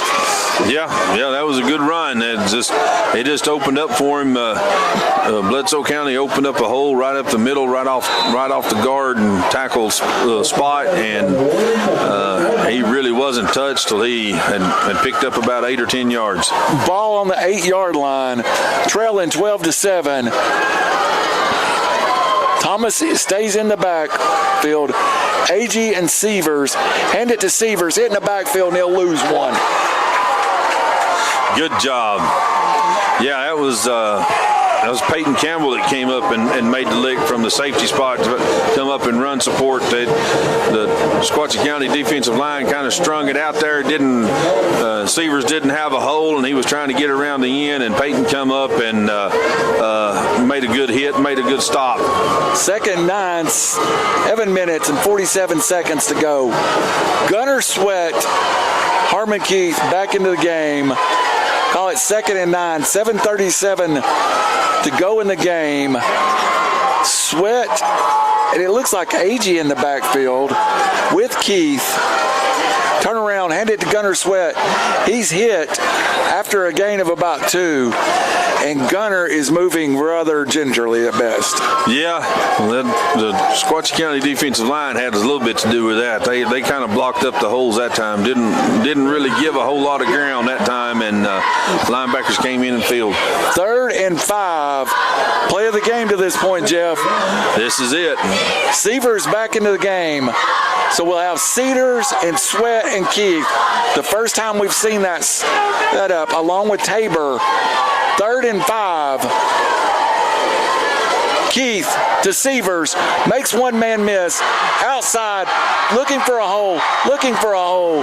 Connor Donahue raging, but it's going to be touchdown Warriors. Yeah, just a really good design play. They kind of did a little twist action on the inside. Gunner dove to the left, and Cadillac went off to the right, and had a nice little hole over there and kind of went in untouched. Cadillac Seavers for a 5-yard run to make the score 13-12. Boring's kick's good. Jeff, I was more interested in Connor Donahue. Felt like he got held on that play. You could see by his reaction, but I don't know. I didn't see it. I didn't either. But they're not going to call them all the time anyway. Even not. That was a great run by Cadillac Seavers. The one thing that Cadillac's learned over the last 4 years of watching him, and I don't see him play every night, but he has become such a patient runner. He almost, we talk about Austin McCurry getting in the hole and just waiting and waiting. It seems like over the last year or two, Cadillac's learned how to be that patient runner. Yes, he has. He's learned to let the play develop in front of him and let his blockers do the work. You're listening to Indian Football on 93.3 Country Roads, brought to you by who we're going to highlight. You know who we haven't talked about much? Valley Entertainment, Anthony and Teresa. Yep, Valley Entertainment. Best buffet. Man Hummel is powered by Valley Entertainment. Yep. Best buffet this side of the Sequatchie County River, right? Best buffet this side of the Tennessee River. There you go. Anthony and Teresa do a great job at Valley Entertainment. Boring onside kick. This time bounces around, free ball. Sequatchie jumps on it. No doubt about that one, Jeff. That was an onside attempt. Yeah, that one got a little bit more bounce on it. Good reaction by the Indians to get up there and fall on it and maintain possession. So Indians will start here on the 40-yard line first. I kept wondering why I got the wrong names. I had a Bledsoe, a Sequatchie, and a Grundy roster all over in my hand. Yeah. And sometimes that's not. So I just finally figured it out. Ball at the 40-yard line. 6:39 to go in the second quarter.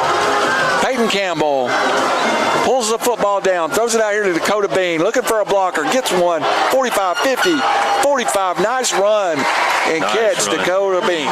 Nice pitch and catch, just a little flanker screen over here, and Dakota just kind of danced around, let his blocker take one, and took it to the inside, and moved it up for about a 12, 15-yard gain, 1st and 10 for the Indians on the Bledsoe County 45-yard line. Clock never started on that one. 6:39 still to go in the second quarter. First half, of course. The Warriors lead 14-12. Ball now at the 45-yard line. The Indians 45. Shotgun set. Fake it underneath McQuarrie. Campbell will keep it straight up the middle for about 5. I've seen Peyton keep the football tonight more than normal, Jeff. Yeah, and you kind of see why, because Bledsoe County pretty well knows that McQuarrie is a weapon, and you see the defense really going for that fake and leaving Peyton some open yardage. Hash mark, ball on the hash mark, closest to the press box. Snap low. Campbell throws it. Receiver not open. Intercepted. Cadillac Seavers. Yeah, just a tremendous play. The ball was just a little bit underthrown. Both guys kind of went up for it, and one of those 50-50 balls, but Cadillac had a little bit of the advantage on because the ball was a little underthrown, and but Jeff, picked it off. How many bad plays like that do you see start with a bad snap? Yep, that's Peyton might have felt a little bit rushed on that because the snap was a little low. Mark the ball at the 16. The first turnover of the game goes to the Warriors. An interception by Cadillac Severs. Keith, along with Tabor and the younger, I believe it's Tabor and 21, AG in the backfield, straight up the middle, gain of about 4. Yeah, just right straight off tackle dive that Bledsoe's been pushing here pretty good. Sequatchie County didn't get as good a push as they have been in the first quarter, but still they held them for about a 4-yard gain. Indians defense a little backed up, Jeff. Been pushed around by this Warriors offense the last 2 series. About the last quarter has been all Bledsoe offense. Yeah, the Indians are going to have to kind of dig in their heels a little bit. Quarterback Keith handed off to Severs, hit at the line of scrimmage, but he'll have a gain of about 7. Peyton Campbell, along with Griffith and Levi Knight on the tackle. Yeah, he picked up about 2-3 yards on that, but much better defensively played that time. 3rd down and 5, and this is the first down, let's call it 6. 4:46 to go in this 14-12 game. So we'll call it 3rd and 4, 4:39 down to go. Big down for the Warriors. Familiar set, except they'll break the eye a little bit. Keith in the backfield with AG will run the football himself and be in the backfield. Big Moffitt comes through and drops quarterback Keith for a loss. Good play right there, young man. Yeah, he just kind of crashed in off the end. Looked like they were doing the little quarterback draw and hit him in the backfield for no gain. That was a good defensive stand by the Indians on that. That was back against the wall defensive stand. He felt like if they didn't get that stand, things might have been getting a little bit out of control there. Yep. Should have good field position. Back deep, Dakota Bean to kick Boring. Dakota back only about 35 yards. Boring hits a rocket. Fielded at the 35, 40. Trying to get outside, 45. Dakota gains about 10, Jeff, but that's huge. That's huge. The change at the punt position, or the punt returner, and it picks up 10. Yeah, it picks up 10. That's gives Sequatchie County a starting field position on their own 45-yard line. So looks like we'll be, if the chain gang gets straightened out over there, looks like it'll be starting out on about the 40, well, I guess the 44-yard line. Call it 44. 3:49 from halftime, where we'll have undefeated Coach Faulkner from the Sequatchie County Braves up here at halftime. 5-0. Campbell behind McQuarrie, looking downfield. No one there. Patience pulls the football down. Peyton might have should have took off a little earlier on that one. Yeah. Bledsoe County had defenders everywhere. It looked like they had a little zone coverage going on there, and had pretty much everybody covered that was out in the route that time. And Peyton could have thrown it away or tucked it and run a little sooner, but loss of about 3. Boyden and Tabor on the coverage. Good job. Sequatchie wanted to go fast tonight, Jeff. I'm sorry to interrupt you. Campbell, and then they wait for the call from the sideline. Wanting to get to the line of scrimmage really fast. Yep. Campbell, McQuarrie. Fake it underneath McQuarrie. Campbell with the screen to Bean. Makes a man miss. 5, 10, 15, 20. One man to beat. Steps out of bounds. Great play. Good play. That was just a little RPO action going on right there. Peyton kind of faked it and kind of took off like he was going to run it, and then Bean kind of dropped back there to the little flanker screen type and made a guy miss and got a good block and was off to the races. Good Flag job. flies from the backside. Not entirely sure. I think it's going to go on Bledsoe. After Bean was out of bounds, there was some contact They're talking to Austin McQuarrie right now, I believe, or is that Peyton Campbell? Yeah. Now they're backing it up, so they will call it on Sequatchie. I don't know what the call is, Jeff. I didn't see it. I didn't see it either. It came in late from the black side. This is ineligible downfield if Peyton kind of held on to it too long. I don't know. It was a lateral, though, Jeff. Yeah, it was a lateral. The ball did not go for it at any point, and I think they're discussing that over there on the far side. If it is a illegible man downfield, they should pick it up. No personal foul against Sequatchie County. Something happened on that far sideline. Yep. And it's going to back the Indians way up. We're back to the 44-yard line. Now, we did have a first down, so it'll be 1st and 10, I think, from wherever they set it. Yep. But that's a big penalty. 1st and 10, right back where we started from, on the 44. And about a minute gone off the clock, 3:23 now to go in this 14-12 game. Personal foul on the Indians. After the big Bean gain, we'll push them back. Turner, Bean, Donahue, McQuarrie, I believe Knight on the field. Campbell turns to the referee, asks him to pick something up off the field. 1st and 10 from the 44. Mr. Glenn officially sets it, Jeff. That's the rule. Campbell, McQuarrie in motion.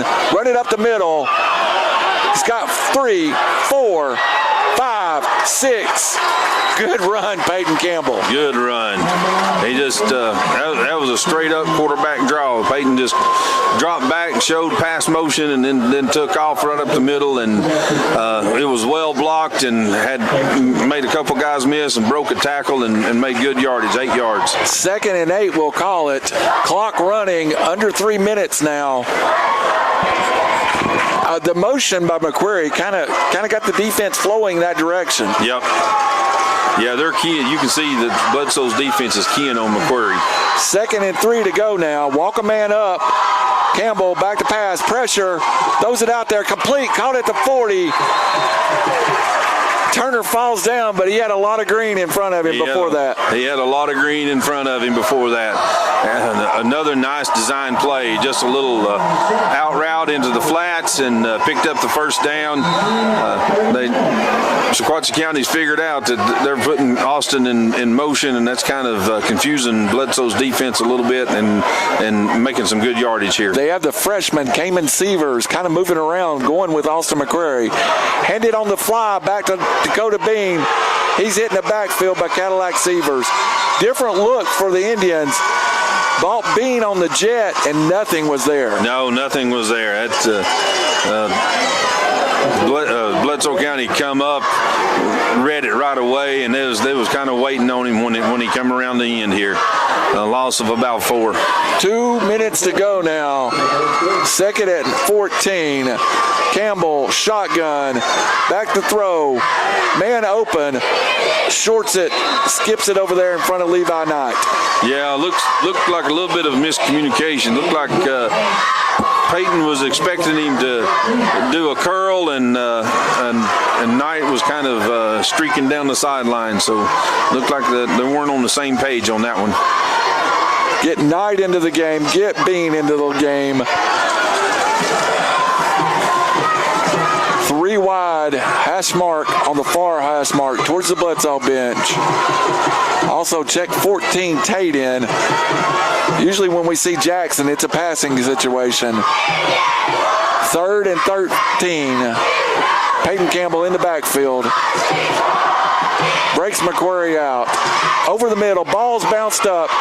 Caught by an Indian, but that could have been disaster the other way. That could have been disastrous. It was the defensive lineman there. I couldn't see who got it, but it was going to be a pass across the middle, and somebody got their hands up and batted the ball up in the air, and looked like it was Knight, wasn't it, that actually come down with a batted ball for a gain of about 3 or 4 yards, but it's still going to be 4th down. 4th and 8 from the 37. Ball in the middle of the field. Campbell, Timeout. Bledsoe County. We'll keep it here. Things get moving fast. 1:06 to go. Jeff, any temptation to kick this football? I don't know. You're not going to gain a whole lot kicking it here unless you're going to try to pooch it and get them inside the 5-yard, 10 or 5-yard line or something. But you're on about the 30. What was that? About the 37-yard line of Bledsoe County. If you kick it in the end zone, you only gain 18 yards. So I don't mind this decision. Just go ahead. There's only 1:06 left to go in the half.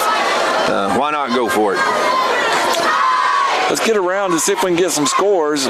Brainerd over to Austin East, 24-0. Cleveland, 14-0 over Walker Valley. Loudon over Greenback, 14-0. Rockwood over Harriman. Signal Mountain leads East Ridge 14-0. We'll get back to that at halftime. We'll snap the ball with 1 minute to go. Campbell, McCrary in motion. Looks at the screen. Throws the fly over here to Turner. Caught! First down, Indians. Turner does a great job getting his foot down, kind of over his head. Leans back, gets the football. First down, Indians. Woo, what a play. I mean, that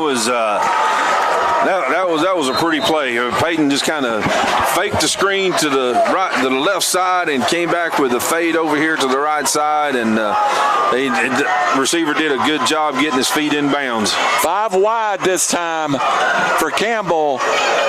Keep it himself up the middle. He'll have 5, 10. First down inside the 5. He's not down. What are they going to call it? Touchdown! Indians. Peyton Campbell never goes down on the play. Scores the touchdown with 38 seconds. Jeffy kind of rolled over a Bledsoe player. Yeah, kind of rolled over. I didn't know if he ever touched the ground or not, but he kind of landed on a Bledsoe player and just kind of rolled up and just kept his feet running, and whew, what a run. Going for 2. Campbell's 12-yard run straight up the middle makes this game now 18-14. And they'll set the football on the far hash mark towards the Bledsoe bench. We're going, of course, towards the field house.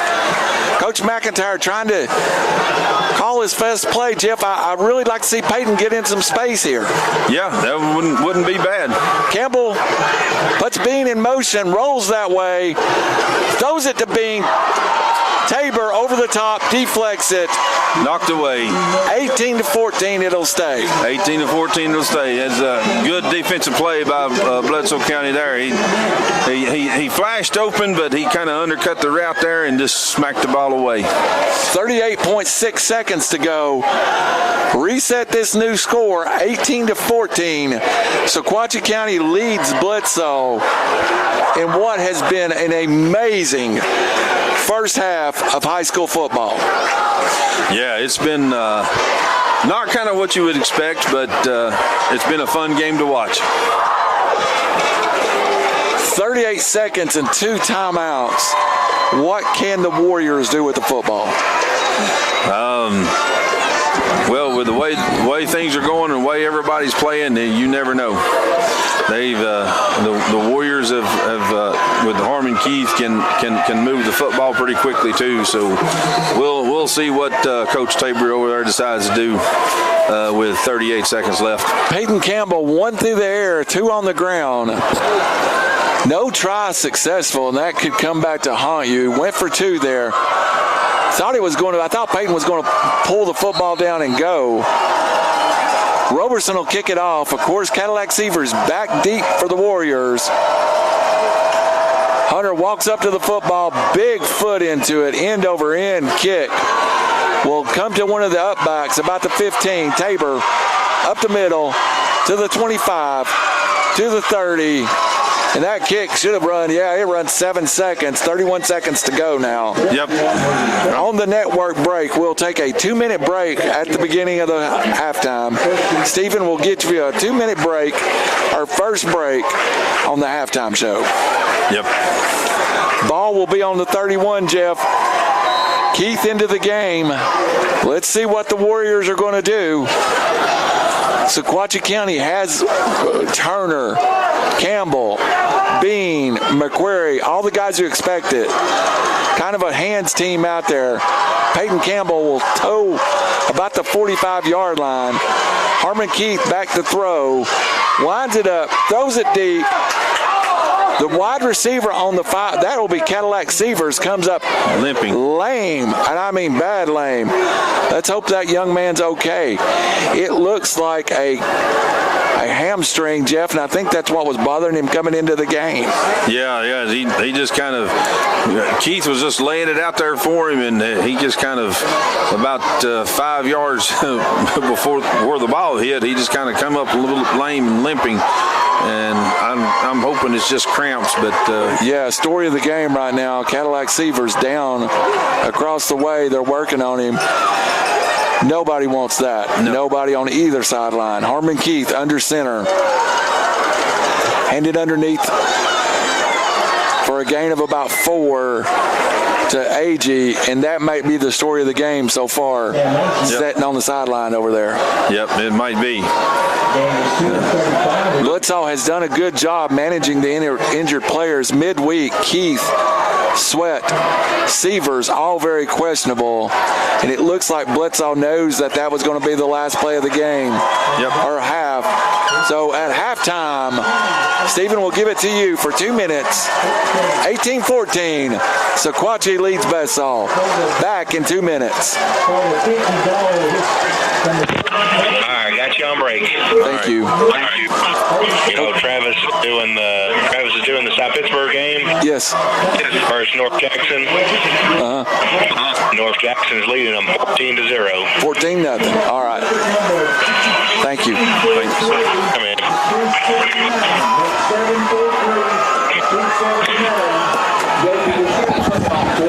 Coach Faulkner coming in. All right. Can you hear me? Yes. Hey, Footbal. It's 31-0 versus Red Boiling Springs in the first quarter. They lead? They're ahead? Yeah. Wow. Yeah, Whitwell's beating Red Boiling Springs 31-0. Wow. Wow, I'd like to see that. Jeff? And then what's the next? Do what? And then Marion County's 14-0 in the first quarter. Okay. Jeff, can you update the network games, and then I'll go to Faulkner. Yep. Who's Marion County playing? Couldn't hear you, Stephen. Who are they playing? Forest. Yes, Forest. Forest. Yeah.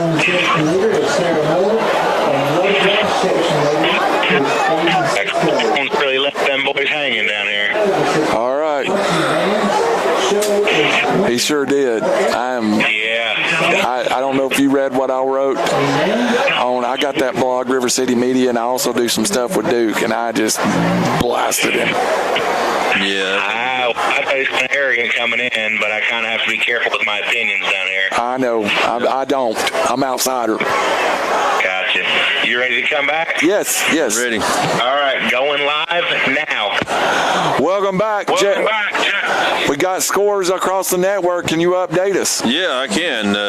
North Jackson in the South Pittsburgh game. North Jackson is leading South Pittsburgh 14-0. I think that's in the second quarter. Whitwell is beating Red Bowling Springs. Go Big Red. 31-0.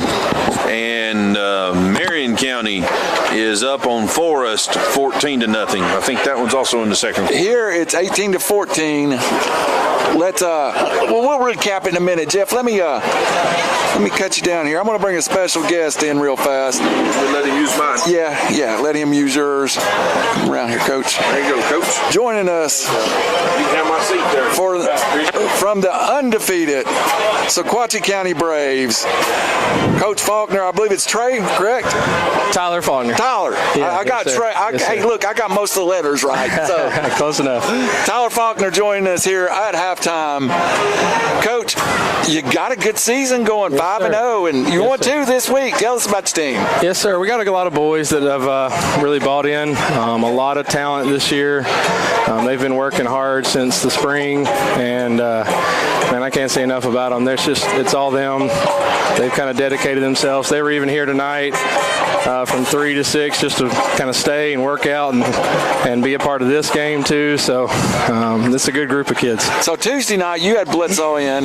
Yes, sir. And do you get the same? I know you do. I mean, you could play Bledsoe on it's Sequatchie Bledsoe. You could play in Tiddlywinks, and it'd still be yes, a rivalry. So what was your preparation like? What was the kids?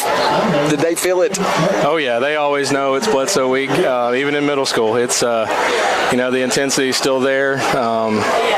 We just try to stay focused. I tell the kids it doesn't matter who we're playing though. Try to stay focused. It's the same thing we do every day in practice. Don't let the opponent become too big. But you can say all that, but you always know it's there. It means just a little bit more when you're playing Bledsoe. So you're lucky to be in the conference. You are the Sequatchie Valley Conference. Mm-hmm. Of course, it reaches I think all the way up to Spring City. Are they still? No. Spring City's not with us anymore. No, I didn't know if they left last year or they stayed. Yes, sir. They're really good, really competitive when they were here. So we've got 6 teams. We're looking to add a couple more to our conference and kind of keep expanding that. It's such a good thing for the kids to get, because in high school you got your divisions and your regions. Right. So in middle school normally you just kind of play your 7 games and then your season's over with. Yeah. So we kind of came with the idea, hey, let's have this conference idea and let's play our local teams that are in our community, and then usually we take the top 4 and kind of go to playoffs. This year because of COVID we're doing just the top 2. Right. And the kids get their kind of all conference plaques and everything, so it's a really good thing for them. So I love that too, by the way. So tell me, how much as a middle school coach are you involved with the high school staff? I try to be as much as I possibly can, and Coach McIntyre is works with us as much as he possibly can too. He invites me to every single meeting and every single thing I can. Next year, we're going to implement a lot of his system and try to train our kids every day. Hey, this is what we're trying to get them ready for. It's Friday. Right. So it's nice to win. We all love to win, but I'm not doing my job if I don't get these guys ready for Friday night football. So that's why I want them all here on supporting our team and just getting them ready. So interesting enough, I do have an exposure to that Ray County program, and I know they send their high school coaches out to the middle school. So by Coach McIntyre reaching into you now, you'll be able to, I don't know if you'll go 100% his offense, but you'll want to take some pieces and put it into your offense. Definitely. He's pretty complex, so we keep ours very simple for our kids, but we'll definitely take a lot of pieces from that, and maybe the terminology or something. Yeah, terminology and just the way they practice. I loved when he came here because I could tell. I've been around a lot of good coaches and a lot of coaches that weren't so successful. And first day I watched Coach McIntyre practice, I was like, this guy's good. Good. Because he's doing things the way that I've always seen it work. And so we've always tried to practice like that. Even in middle school, we don't do all the things that they do, but we try to practice like it's high school. And so I was really happy when he got here that we could kind of practice the same way, teach our kids the same kind of stuff. So it's going to work out well. At that middle school level, it's a different set of teaching. You get kids, in some cases, that haven't played a lot of football, some that's played a lot. Right. When do you get them early and try to instill a program, or how do you start your fall? Right. I would say probably 70-75% of our kids haven't played before, or they played maybe a year and then it just wasn't for them for some reason. And then we have an excellent little league program that we get some kids that I knew, from the time they were 8, they were going to be a ball player. Right. So we start in the spring. mostly focusing on just getting them in shape. Especially at that age, there's such a difference in an 8th grader and a 6th grader. Absolutely. And so if we can get them in shape to make sure to keep them from getting hurt, that's the first thing we start with. And then we start with the very basics, just blocking, tackling. We work on tackling from the moment we're allowed to, even without pads. We have non-contact tackling drills. Yeah. So we work on that all the time, just trying to get them ready for this level of football. So we've got a great 9th grade class here too. Yes, sir. Sounds like we've got a great 8th grade class behind it, and you see this coming, where you've got a couple of classes. You got something special filled. So were you with that 9th grade team last year, or 9th graders last year? Yes, sir. This is going into my 6th year. So okay. I've had these seniors that are here tonight. I've had them, and even the class that graduated last year. So great. It's fun to watch them grow up and see how much success they can have. And like I said, it's nice that Coach Mack is here now, because I think that the boys are gonna have a lot of success in the future. We got a lot of young people playing. Yes, sir. You'll see Williams Kyle's in the game, and of course, my friend Joey Evans' son took his first varsity snaps last week. Sam done great. When you get the kids, how soon into their career in middle school do you see, hey, this kid's got something, I want to move him to quarterback, or this kid's got a little athletic ability? Is it first you figure out who can play where, or how does that process work? Yeah, sometimes you have a clear idea, hey, this kid's a fullback, or this kid's going to be our tackle, and then sometimes I may have a kid that's playing receiver for us, and I go ahead and tell Coach Mack and say, hey, he played receiver for us, Coach, but he's a DB. We just had him at receiver because we needed him there. Yeah. And so sometimes kids are playing a little out of position, but I think, and I tell our team, your goal is to get on the field and help us in some way. All the kids, of course, want to score, they want to have the ball, but we preach, just do your job. Everybody, it takes 11, and without all 11 doing their job, then we couldn't be where we're at. So, well, I'm pretty sure when Brandon showed up, presto, you knew he wasn't going to be a tailback. I wasn't going to throw it to him, but he did keep pestering me about running the football. But I told him the day he beats me in a race, I'll hand him the rock. He never did. So that's great. Well, Coach, what can the community do to support you at this point? They're great. We reach out, and do our pregame meals, and I've never even had to think about it. So many people step up. That's awesome. They step up and ask me before it's even time. Say, hey, Coach, we'll do that. Anytime we've had fundraisers, the community is great. Just show up on Thursday nights, just like it's Friday night. Let our boys get a taste of that big time atmosphere. Yeah. But man, I love this community. They support football so well. So we're really blessed to be. I'm especially blessed to be coaching in this community, because anything I've ever asked for, the community has been there. So the facilities, Mr. Swafford has done an excellent job with the facilities here.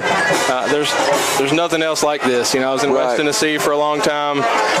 Even some of those private schools over there just didn't have anything like this. So we're really blessed here in this community. I've been doing this for 30 years, and I always tell everybody, this was not my first stop, it's my last one. I've been here for 7 years. Right. And it's amazing when you pull on this campus and realize it's a 3A rural school, and we pull in and we've got a $2 million football facility there. Right.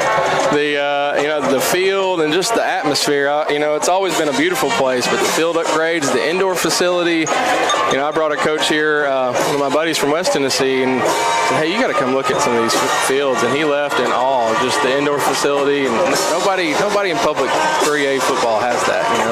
We're blessed. So, Coach, how will the playoffs work once you get into them this year? Well, normally it's 1 through 4. This year we've had a change because of COVID. We had to cut down the season. So we're only doing the top 2 seeds in our playoffs. Where will they play? Now we have already locked. It's us and Jasper have pretty much locked the first and second seed. So we play Jasper this coming Thursday.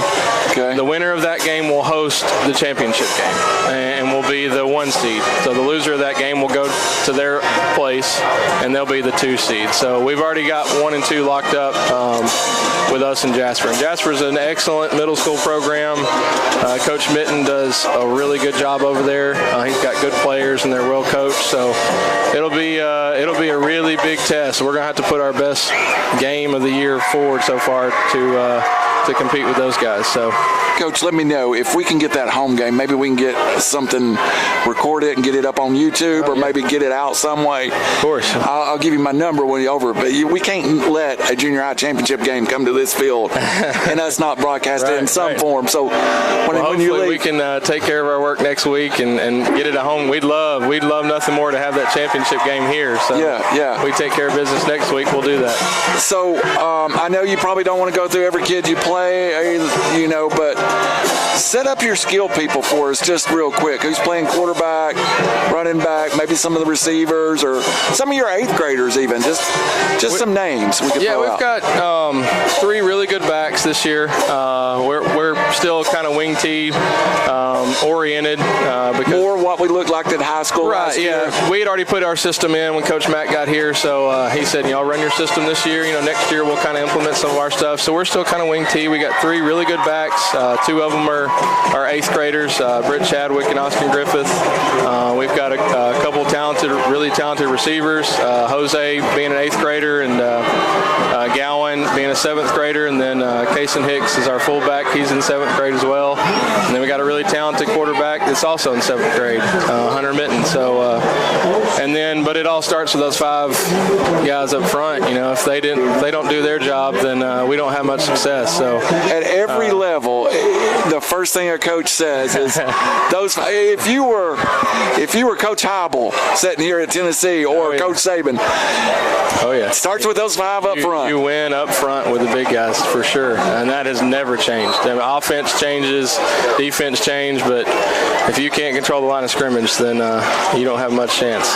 Coach, we've kept you too long. It was great to talk to you. I know you got duties down in the end zone, but it's nice to talk to you. Let me slip this and let me know when the championship game is, and we'll see if we can get something done there. And I appreciate your time so much, sir. Are you running any raisers or fundraisers that we can? We've already done ours. We'll do another one in the coming spring for the next year's team. You let me know about it. We'll get it on there. Knocked it out of the park, so we're finished with it. All right, Coach. We'll let you get back to the camera. We appreciate your time. Appreciate your effort. Stephen, send us out on a break. We'll be back in 1 minute. Thank you, Coach. That was great. Appreciate it. I need to go. I got you. I Okay. started watching the band. Is that okay? Yes. I'm going. Look who's coming. Hey. How you doing, sweetie? How are you? I'm good. Huh? I know. She got her clarinet today. She's so excited. She probably don't recognize her. Nobody recognizes her because she's full grown. So, but we miss you so much. How you doing? Got that Mueller hat on.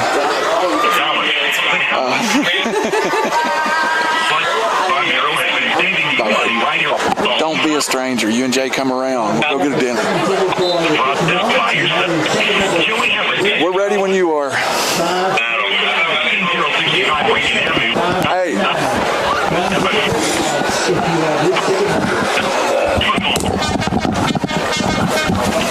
Yeah. Turn it back on. We won't get around very much. No.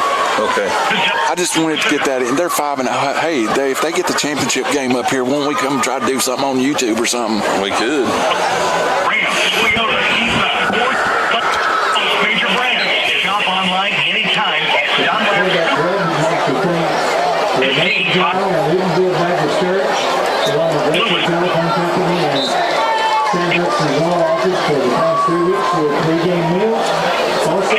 How much you need? Oh, we're good. How many breaks do you need? You take what you need. One after this one. All right.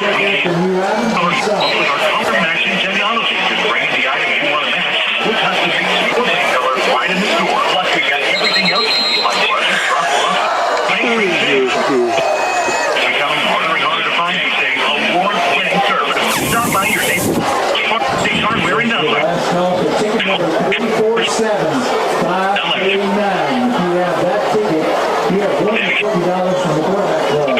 347-539. As the customers step into tonight. Working together.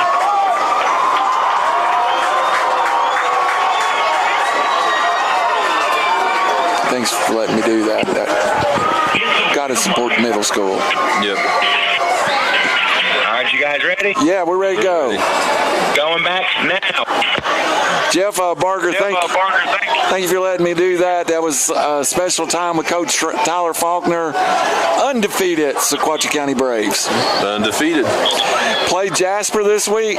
The winner will host the playoff game, and I almost feel like we need to be up here for that. Yeah, that would be nice. So, sorry, folks. Quickly, some scores. Hickson leads Howard 6-0. Lookout Valley, no score. Meggs 35, McMinn Central 0. Sweetwater 37 over Sequoia. Tyner 14-0 over Saudi Daisy. Cascade 17-8 over Community, and 17-0 Ottawa over Baylor. And of course, it's 18-14 here, Jeff. It's 18-14 here, and I'll give you an update. Coach T says it's halftime now. Meigs County 41, McMinn Central nothing. Woo! So they're scoring quick up there. Here, the health of Cadillac Sievers might be the number one thing. He is standing on the sideline. I watched him run back out on the field. That was a very positive sign for the Warriors. That was. We'll see how the second half unfolds. Onside kick again. This time doesn't go 10 yards. I don't think. We'll see what they call it. From the far side, they've already waved it. Doesn't go 10 yards. It'll be the Indians' ball at the 49-yard line. Again, the ball does not go the 10 yards. Yeah, I think they're discussing whether or not the Indian player touched it, but I don't believe he touched it. He hit the Bledsoe County player, but I think he was trying to touch it, but the Bledsoe player knocked him off of it. Yep. So Peyton Campbell and the offense are back on the field. Our friend Molly Berry come visit her halftime. Good to see Molly. Yep. Andre dropped by too. You didn't see him. I didn't see Andre. Andre Nelson, of course, dear friend of the show. Of course, we had Andrew Lineberger earlier. Ball is to the Indians at the 49-yard line. This has been a family reunion, Jeff. It has been. They've never been a Cunningham graduate from Ray County besides me, but they've been 1,000 of them graduate from Sequatchie and Bledsoe, especially Bledsoe. That's right. They've been everywhere. Campbell, shotgun, McQuarrie underneath 5, 6, 7, 8, running hard, shoulder down, drove into the Bledsoe bench. But I'm telling you, he kind of delivered the lick, Larry. He kind of delivered the lick. That was a good run. Looks like Austin's ready to run the football now. That just a little bend outside. The tackle hole kind of closed up. The end kind of collapsed down, and Austin took it around the end and picked up about 8 or 9 yards. Good Second job. and 2 from the 41. The 39 for the first down. Leading 18-14. A chance to circle the half with scores. Campbell will look to the sideline. Jeff, score last, score first. It's a chance to build a lead. Chance to build a lead. Campbell, McQuarrie makes one miss right at the first down marker. Yeah, he kind of took the pounding that time. It was a little bit of a crease there, and when he got through, the linebackers was right there to clog the hole, but he got enough for the first down, and that'll be a Farmers Co-op first down for the Sequatchie County Indians. Tristan Jefferson with the hit. This time the Indians open up, going right to left on your radio dial. Ball on the 40-yard line. Campbell, 4 wide. Looks to the sideline. McQuarrie in the backfield. Turner, Bean, Knight on the field. High snap, handed underneath. McQuarrie up the middle for about 3. Again, he runs into Jefferson. Yeah, A little bit of a high snap there, kind of threw the timing off on that play just a little bit, but Austin had a little bit of a hole and it closed pretty quickly, but he still got about 2 or 3 yards. So second down and about 7 or 8. Tate into the game. Donahue out. Bledsoe has really walked everyone to the line of scrimmage. 10 in the box. Campbell option to McQuarrie. Makes a man miss. Gains 5. Breaks a tackle. 10, 15, 20. Down inside the 10-yard line. Austin McQuarrie on second effort. What a breaks run. the tackle. What a run. That was just a little option play out there, and Austin giving what some folks call the little dead leg, and kind of stepped outside and took it down the sideline for a Sequatchie Farmers Co-op first down, and it's 1st and goal inside the 10. Be nice to have a Farm Bureau touchdown here. Peyton Campbell will stand on the 15, the ball on the 10. Moffitt in at tailback for McQuarrie after that big run. Campbell, 4 wide. Underneath to Moffitt, straight up the middle for 5. Hard run, Austin Moffitt. Yeah, good run. He got everything that was in that one. Just like a little belly straight up the middle. Got about 4 or 5 yards. Looks like he got inside or just at the 5-yard line, or maybe just inside the 5-yard line. So the 2nd and goal from about the 5. Well, it looks more like 5.5, maybe 6. Mr. Glenn called it the 6. I'll call it the 5. Just to be an optimist. Just to be an optimist, yep. Spread them out. 5 wide. Moffitt, the lone man back there with Campbell. High snap. Campbell will keep it straight up the middle. Hit it to 2. He twists. Turn. Touchdown, Indians. Peyton Campbell. Farm Bureau touchdown. That was just great individual effort. Peyton got hit a couple of times there, spun off of a tackle, kept his legs driving, and just went right up the middle and scored a touchdown.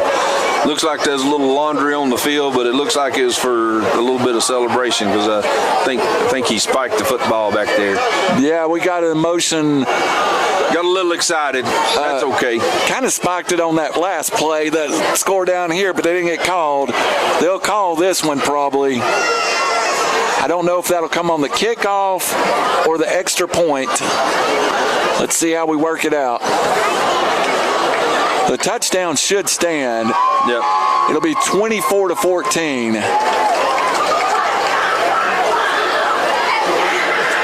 Let's go work it out, guys. Again, 9:39 to go in the 3rd quarter. The Indians take the football straight down the field for an apparent touchdown. Unsportsmanlike conduct against the Indians.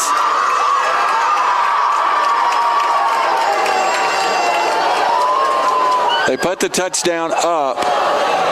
If I'm right, this will apply on the kickoff. On the kickoff, we'll be kicking from the 25. Yep. 24-14, point after to come.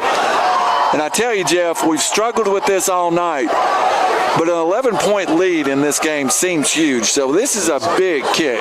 This is a big kick. Hunter Roberson, 9:39 to go, the point after, leading by 10, snap down, kick up. Best kick of the night. Hunter Roberson, good. 25-14. The Indians lead over the Bledsoe County Warriors. Little momentum shift. Yep, a little momentum shift, and that was just a great run by Campbell. Again, he just a little straight up quarterback draw, and he got hit. He got hit at the 5-yard line. He got hit at the 3-yard line or the 2-yard line. He spun. He kept his feet driving and just drove on into the end zone. So we will never ever take any credit away from Bledsoe County. They are a really physical football team. And they have been physical with Sequatchie, but they've answered at every call. Yep. Now, I just saw the ref. Yep, he will mark it off. He brought the ball on the 40, set it down, marks the penalty, back to the 25. That's where Hunter Robeson will kick the football off. New score to the game, 24-14. 25-14. 25-14. Hey, I'm excited. We got the extra point. We got an extra point. We ain't had one tonight. Also, Andre Nelson, if you left out of here, we just want to say goodbye to you. Andre's leaving us, so Andre, it's been nice, buddy. Andre, good guy. Yep, really good. Only problem he's got is like Michigan football. Hunter Robeson put his foot into it at the 25. Deep kick. Lands at the 20. Cadillac Seavers will return it from there up to the 40. 45. Ball's loose. Ball's loose. Blitzo will fall on it. Jeff, good Lord. Whoa. That ball was straight up in the air. Whew, that could have been disastrous for the Warriors. They were lucky to get that ball back. There was quite a few purple shirts around it. But yeah, this game's getting exciting for you there, Randall. But yeah, it was a good kickoff and a good return. And as he was fighting for yardage, that ball comes squirting up out of the pile. And if you check, so fortunate to get the ball back. If you check my blood pressure, it'd be about 210 over 140 right now. Yep. And I'm still over here drinking an energy drink. Ball on the 47. Keith turns around and hands it to Rivers. I think it was younger Rivers. Let's see. Yes, it was on the carry. Picks up about 7. Let's see if we can find. Yes, Cadillac Seavers is in the backfield. That was not the younger Rivers. No, that was AG with the carry. Sam AG. Yeah, they got good yardage that time, just straight up the middle, kind of push Sequatchie County's defensive line around a little bit on that one. Later tonight, go to Blitzall Telephone Co-op. They'll be uploading the game if you'd like to see it tomorrow on 93.3 replay. Wing T set, 2nd and 4. Hand it to AG. Patient running. We'll get him the first down. Thought the ball popped out of there, but it did not. Interesting, Jeff. We haven't seen Cadillac Seavers carry the ball yet. No, not yet, but Bledsoe County seems to be moving the ball pretty well on this drive. And this is a typical, folks, this is a typical Bledsoe County, Sequatchie County football game. There is a lot of hard hitting going on both sides of the football. Last year when we called this game, it was one-sided. Yep. Can we say that? And this year, it's a very even matchup. Wing T. Keith back to throw. Pressure up the middle. Hold. Flag flies in multiple directions.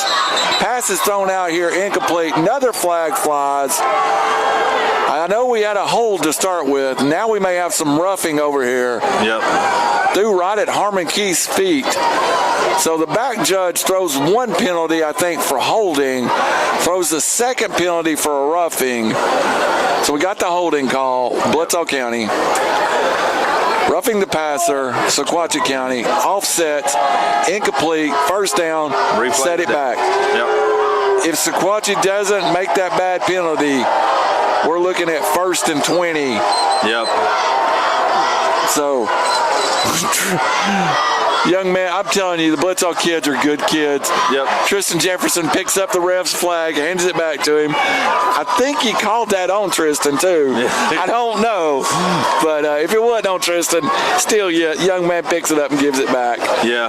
It was actually a good play on Sequatchie County's defensive side. They were applying pressure. If they hadn't had to hold, they could have had a sack out of it. But,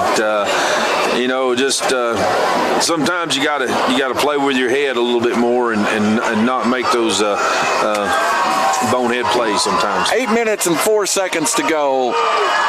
Ball on the 43, handed up the middle. Little to no gain. The defense is kind of getting after it a little bit now, Jeff. Yeah, the defense has kind of stepped it up these last couple of plays. They must have heard me talking about how they were getting pushed around there a couple of plays ago. So they've really stepped it up and getting good penetration. The line got good penetration basically the last 2 plays, and they're really playing hard football right now. 2nd and 8. Ball on the 42.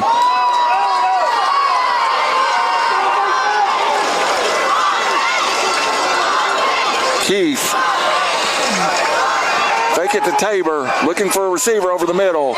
Moving, throws it, collision, ball's up, intended over the top for 6. Reese broken up, 3rd down from the 42. Good play by Sequatchie County's defense right there. Everybody was covered. Keith had quite a bit of time to throw the ball, and then when he did throw it, that was perfectly timed by, I think that was Campbell. They come up, and he arrived at the same time the ball did and knocked it away.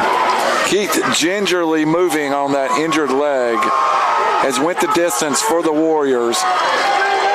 Severs also moving gingerly as went the distance. Keith to Severs, makes a cut, gain of about 8 on. You got to say it on one leg. Yeah, that was a good run.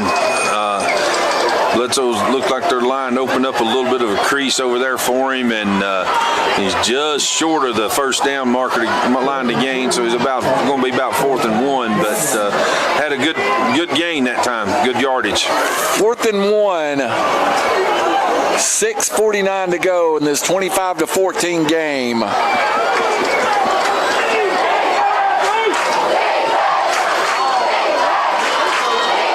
Bledsoe County. Snap, hand it to Severs, 1st down in plenty. 1 man to beat, Peyton Campbell grabs him, drags him down at the 5, or that would have been 6. Yeah, just a little counter play over there. They had the strong side over here to the wide side and gave it to Severs on a little bend back to the weak side of the field, and he picked up some good blocks over there. The end kind of collapsed down, and he was off to the races. Colby Turner comes up limping. He's down on the field. He made his way mostly to the sideline. Then he comes up kind of limp. So we'll have a little bit of a downtime here. I'm trying to call my daughter to get me something at the press box or the concession stand.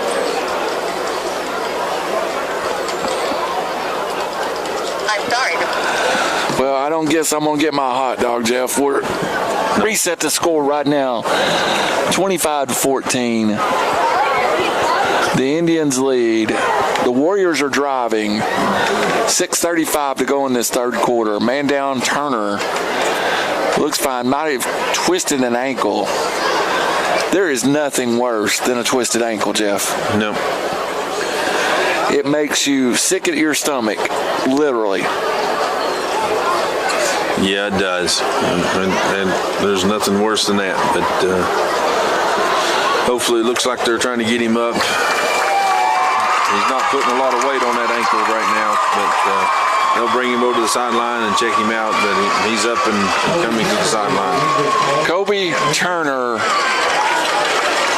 I'm telling you, Kobe's heart betrays how big he plays. Yeah. The football will be at the 5-yard line. 1st and goal for the Warriors, trailing by 11. This is a time Sequatchie County's defense needs to dig their heels in and get a stop right here. Keith snaps the football from the 5, hands it to AG, down to about the 2. Yeah, they're making it tough sledding on them. AG just kind of followed his blocker right there and picked up a couple of yards, but pretty good stand by Sequatchie County's defensive line that time. Be 2nd and goal from about the 2-yard line. 2nd and goal, 5 minutes and 53 seconds to go. Up 25-14, the Warriors threatened. Tabor and Severs hand it to Cadillac. He's hit, he'll spin. No signal as of yet. Bledsoe signals quarterback touchdown. The refs do not.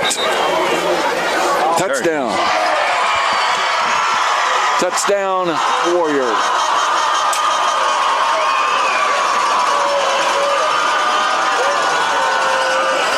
Yeah, that was a close one. You give the running back credit there. He just kept turning his legs and turning his legs. Sequatchie County had him stood up, but he was able to sneak it across the goal line. I found my hot dog deliverer, and I got one ordered, so now I'm in good shape. Oh, okay.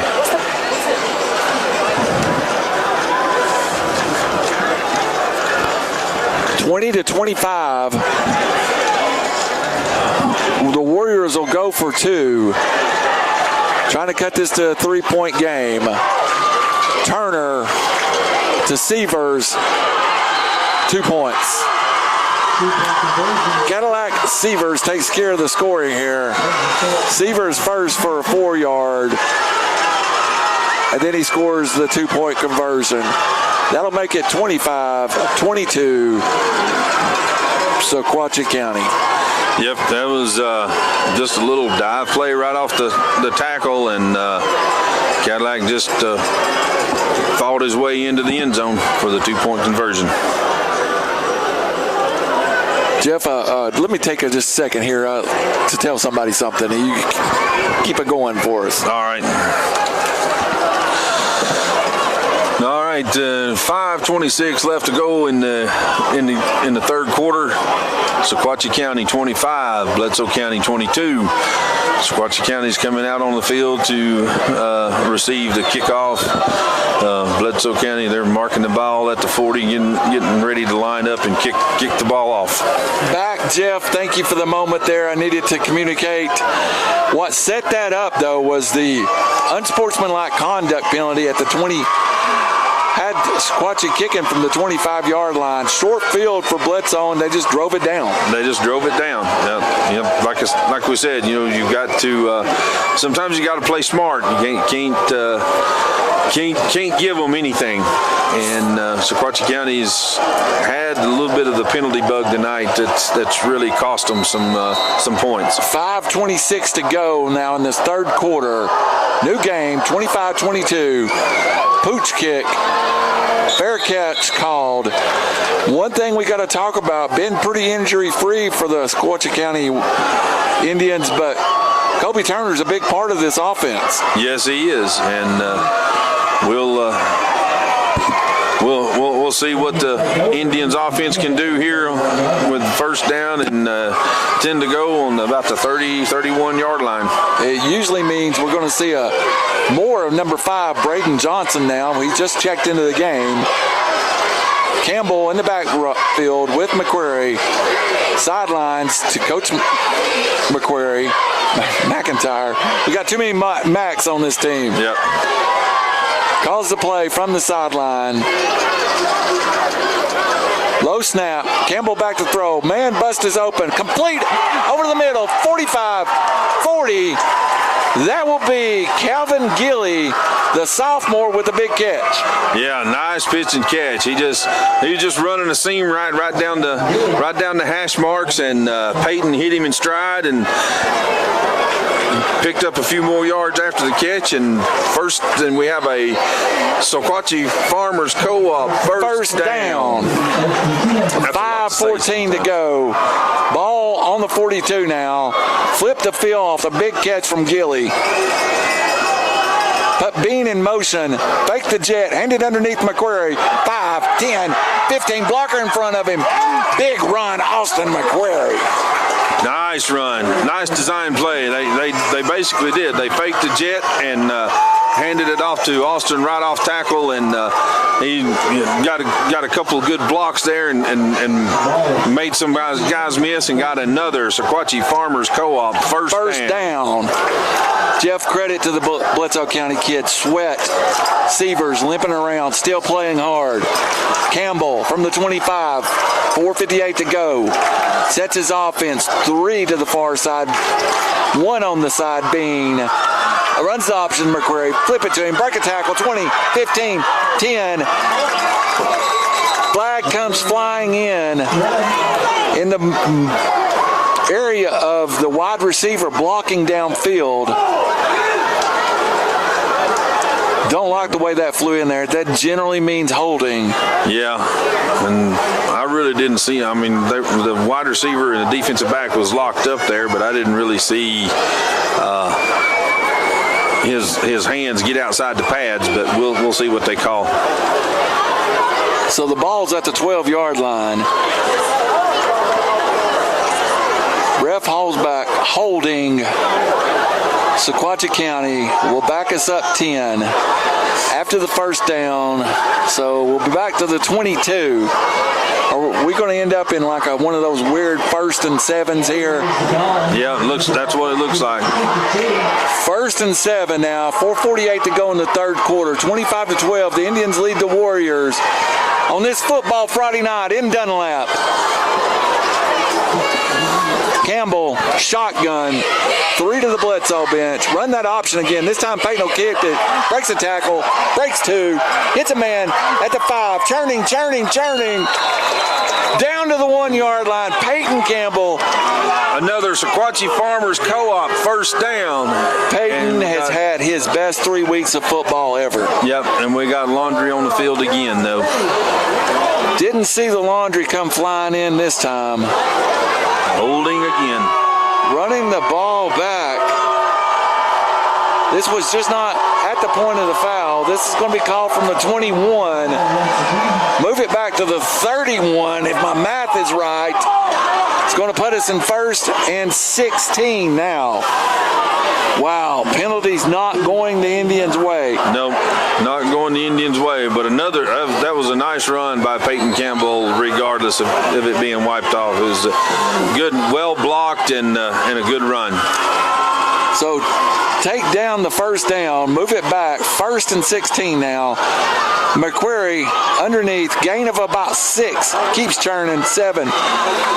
I feel like Sequatchie County's starting to really churn this Bledsoe County defense. Yeah, it looks like they're starting to wear them down a little bit. Sequatchie County is kind of running the ball at will right now. Picked up about 6 or 7 yards. It's going to be 2nd down and about 8, but a nice run by Austin. 4 minutes to go in this third quarter, leading 25-22. 2nd and 8. Play call from the sideline. Campbell and McQuarrie, 3 out wide. Fumble. Could have been disaster. Austin goes in motion, and he hits Peyton as he gets the snap. And the football, we're in 3rd and 10 now. Yep, 3rd and 10. Yeah, it looked like a little bit of a mix-up. I don't know if Austin got started a little early. The snap was a little bit late getting back there, but Austin and the football arrived in Peyton's hands at the same time. We'll snap it with 3:27. No way this isn't 4-down territory.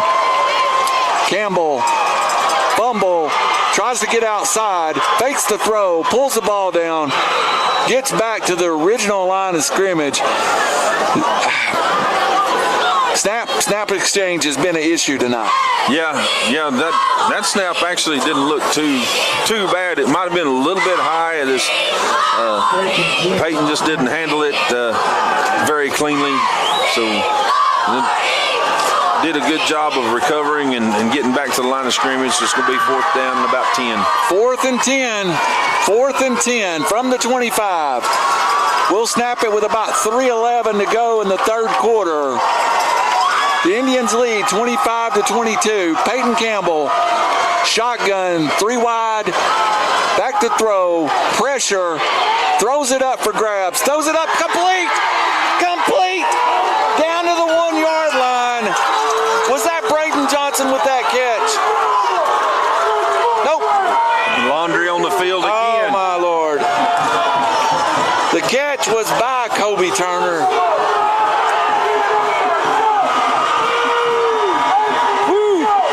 Going to call holding on Sequatchie County. Going to negate another 1st down.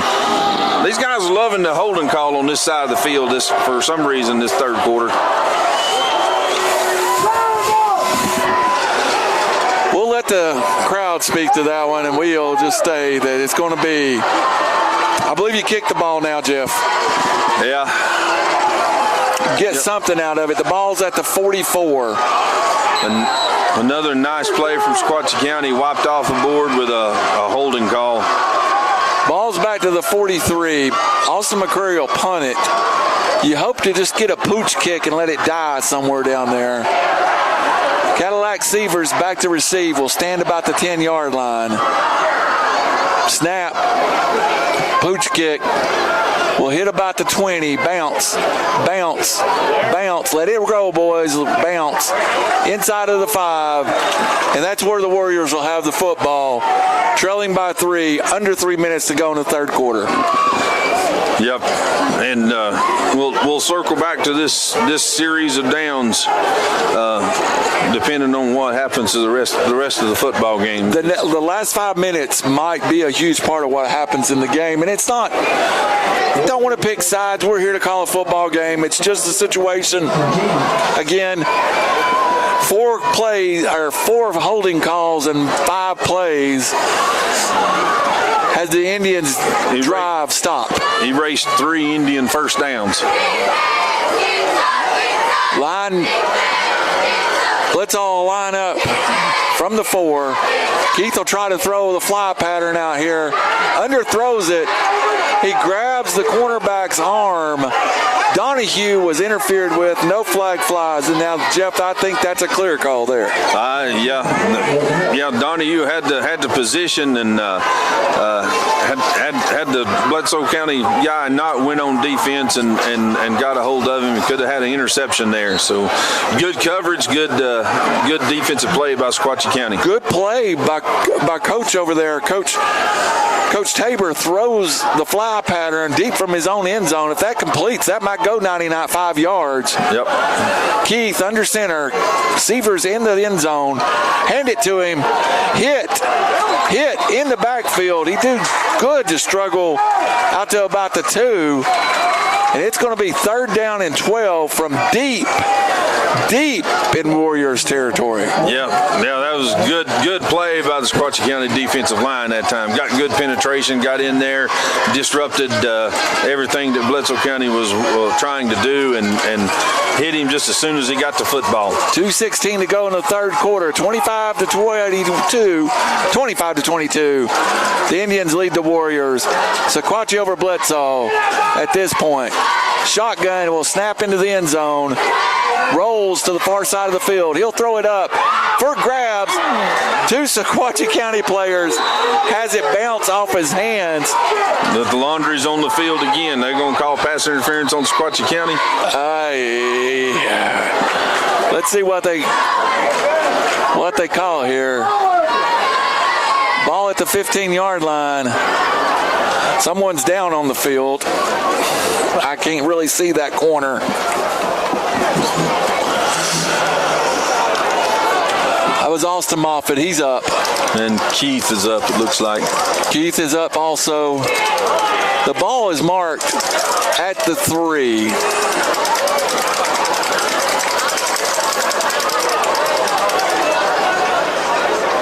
We're going to get together and discuss it to see what we have.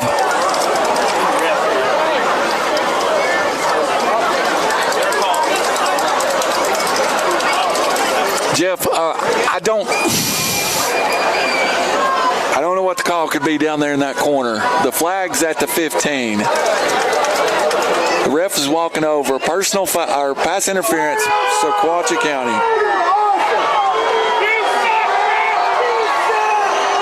The ball will be out to about the 18-yard line. We'll just let the crowd talk about it. We'll keep calling the game. It'll be 1st and 10 for Bledsoe County from there.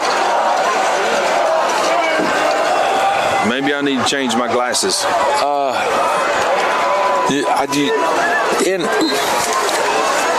Just want a good called game. That's all we want. That's all we want. And if those are all fouls, it's fouls. But want a good called game. Remember in the pregame, we wanted the white and blacks to have a good game. Snap it. Hand it off to Severs. He'll break 1, 2, 3. Be out to the 25. Yeah, good. Had a little bit of a crease over there, and Sequatchie County had opportunities to bring him down, but just couldn't do it. He broke about 2 or 3 tackles and picked up a good 6, almost 7 yards. 2nd and 4. Under 1:30 to go in the third quarter.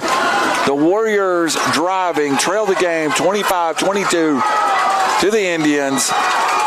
2nd and 4 from the 25. Hand it off to Tabor. Agee, and he'll be close. If he doesn't, he'll have the first down. Yep. Looks like he got just enough for the first down. Got it up, had a little bit of a crease there, but Sequatchie County closed the hole up pretty good off tackle, but still had just enough by the nose of the football to get the first down. If you're Sequatchie County here, you look for a play. That's a lot of field in front of you in the goal line. You look for someone to make a big play here. Keith line up. No, it's Thomas, the freshman in quarterback, as they move up close. Hand it off to Severs, looking for a block, gets it. Peyton Campbell with the tackle. That'll be another Bledsoe County first down. Flag flies again. Right in front of the Sequatchie County bench. I think they're going to call this time a late hit on Sequatchie County. Personal foul. Back them up 15. Coach McIntyre and staff are absolutely livid on the sideline at this point. Yeah, Sequatchie County is going to have to get their collective wits about them right now. They're getting a little frustrated on some of these calls. You can tell it, and you can only control what you control. You can't control what the guys in the stripes see, or you can't control what they throw or what they call. This will be your game. The last snap of the third quarter. Thomas in at quarterback has driven via the penalty mainly up to the 46-yard line, trying to take the lead in this game. Handed at Agee, hit, dropped. That's the kind of play you were talking about, Jeff. You're looking for somebody to make a play. Yeah, you got to make a play. You got to play the next snap. In football, everything's going to get called, and you got to clear your head and make the next play. The third quarter will expire, and we'll send it back to the station for a 30-second break after telling you the score on the Sequatchie County Football Network. The River 93.3, Sequatchie 25, Bledsoe 22. Back in 30 seconds. I got you on break. And that's why we partner with many nonprofit agencies such as our schools, civic groups, and more throughout the communities we serve. We want to be the only community bank. You there, brother? Yeah, we're here. We're here. We got you. I'm just making sure. All right. And she covered with great products and services. And you just want this one break? Yeah, just one quick one because we're going to be right back. Okay. For you, Citizens Strike County Bank, member FDIC, equal housing lender. This is your home for country. Country Road. All right. Ready to go live? Yep, we're ready. Going live now. Welcome back to Sequatchie County Stadium in a penalty fest third quarter. The Indians lead the Warriors. You're right, Jeff. Sequatchie County has got to get it together on the sideline. Cooler heads have got to prevail. Yeah, they're getting a little frustrated with the calls that they don't think are going their way, and rightly or wrongly, I mean, you're going to get calls. I mean, that's why you play the game, but you just got to keep your head and not take it to the next play. And Bledsoe County has done a really heck of a job of keeping their composure and not making some of those plays. 2nd and 8, quarterback freshman Thomas is in. Snap the football, hand it to Severs, trying to get outside and get a block. He'll have it, the first down, Warriors. Yeah, just a really good, well-blocked, well-designed play.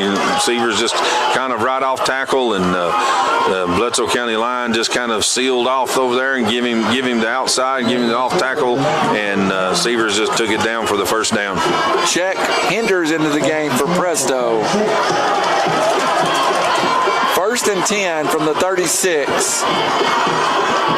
Big play time for somebody. This is one football games have won. Thomas handed off to Agee, hit after a gain of about 3 straight up the middle. Yeah, just a pound and ground game, and Bledsoe County's line got a good push there, and kind of got Sequatchie County defensive line on their heels a little bit, and picked up about 4 or 5 yards. That was Severs 4 on the carry.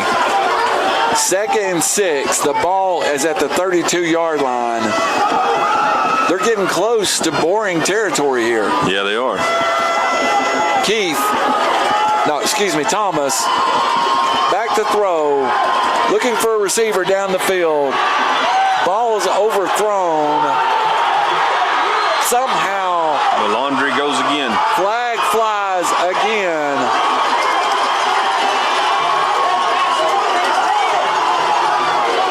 I believe we're going to have an interference called one way or another down here. The ball looked like it was badly overthrown.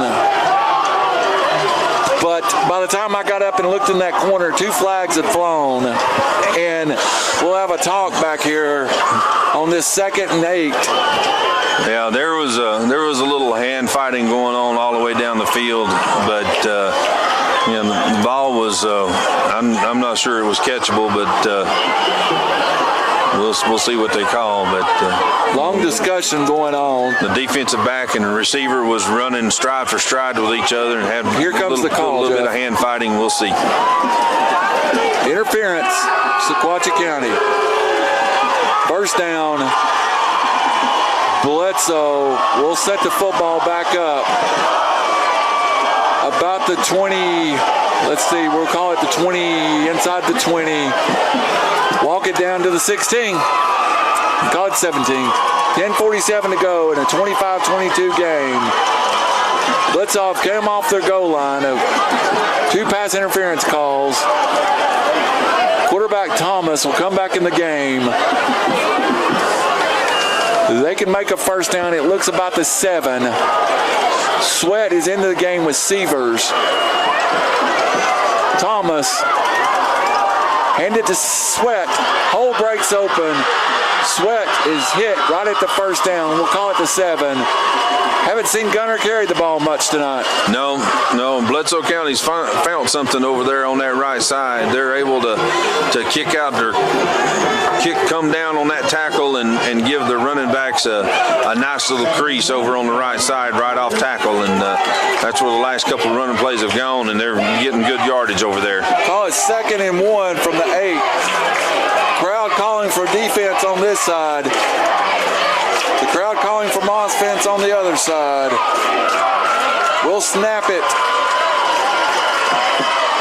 with 10:38 to go. Straight up the middle.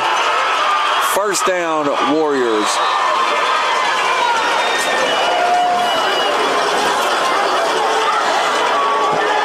First down, Bledsoe County got another good push. They almost took it all the way to the end zone on that play. They got a good push right straight up the middle, and the quarterback sneak he just rode his center right all the way down to the 1 yard line. First and goal at the 1.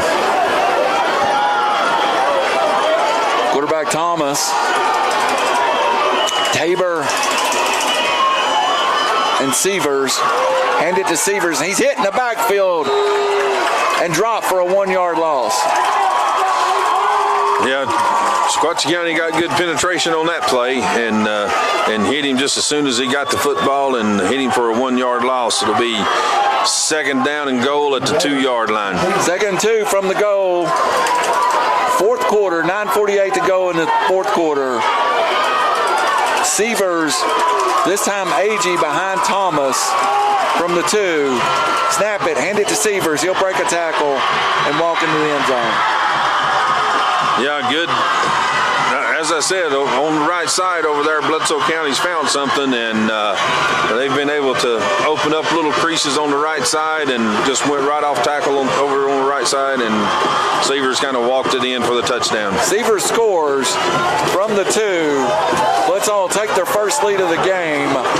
28-25, point after to come. Kick up. Good. Waiting on the official call. Call it good. Yep. 29-25. The Warriors will lead, and Jeff, this is the drive of the game for the Sequatchie County Indians. Yep. Yeah, the Warriors drove that ball right off their own 5 yard line, and got a little help with a few pass interference calls and a couple other penalties, but as I said during that, the Indians, when you have a penalty or something go against you, you can't take that into the next play. Bledsoe takes their first lead since the first quarter when it was 7-0, then 7-6. Sequatchie County had dominated most of the football game. Now across the way, the crowd's in. Jeff, can you read us our sponsors real fast? Yep. We're brought to you by Mon Hummel, Mon Hummel's Hiring, Farley's Ace Hardware, Lodge Cast Iron, Sequatchie Farmers Co-op, Jason Lewis Automotive, Citizen Tri-County Bank, Chattanooga State, Hospice of Chattanooga, SVEC, Park Ridge West Hospital, Campbell's Tree Service, Harbin Automotive, Max Fit, Farm Bureau, and Valley Entertainment. Boring will tee the ball up at the 40. Hands team in, only being back deep. Boring will this time pooch it. Fair catch called over there by Austin McQuarrie, I believe it was. Nope, well, number 3 comes down with the football. That will be Casey McDaniel. And the Indians will be set up at the 34-yard line. And we'll see what happens. The Indians really got to answer here, Jeff. Yep, they've got to answer. Have not had a trouble moving the football tonight. You go to Watchkatchee here, which is Campbell and McQuarrie. Yep. 3 wide towards the press box side. Campbell looks up to the sideline. It'll be 1st and 10 from the 34. Campbell keeps the football, breaks a tackle, 35, 36. Had to fight for just a couple there. Yeah, they faked the little handoff to McQuarrie around the left side. Campbell kept it, went right up the middle, got about 3 or 4 yards. You just want to keep making positive yardage. 2nd and 7, 9 minutes to go. Campbell, shotgun set, 4 wide.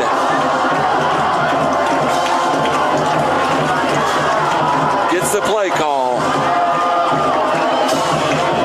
Looks to throw it. Nobody there. He'll run it, and he'll have a 1st down. Peyton just puts his head down, plows in to Boring, and gets the 1st down. Yeah, good decision, good run there. Looked like they were giving Peyton the RPO option there, and he just kind of rolled out here and had seen a lot of green grass in front of him and took off and got a Sequatchie Farmers Co-op 1st down.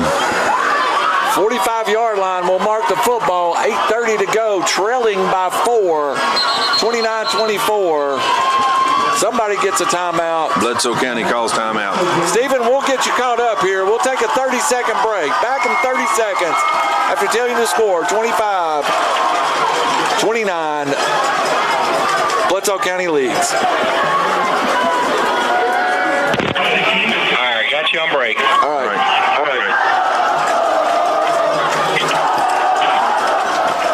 Available. We've increased hourly wages and introduced surge pay benefits to support production demand. We accept walk-up interviews every Thursday before noon at 260 Resource Road in Dunlap, where we're hiring on the spot. Work for us and you'll receive full benefits and matches. You just want the one?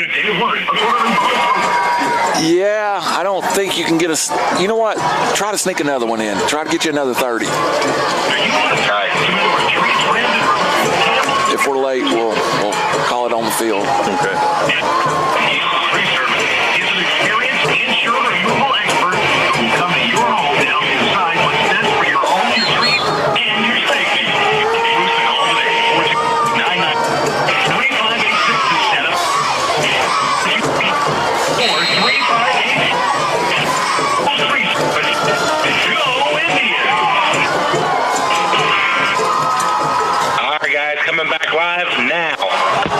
First and 10, the Indians with the football. They'll hand it off to Peyton Campbell.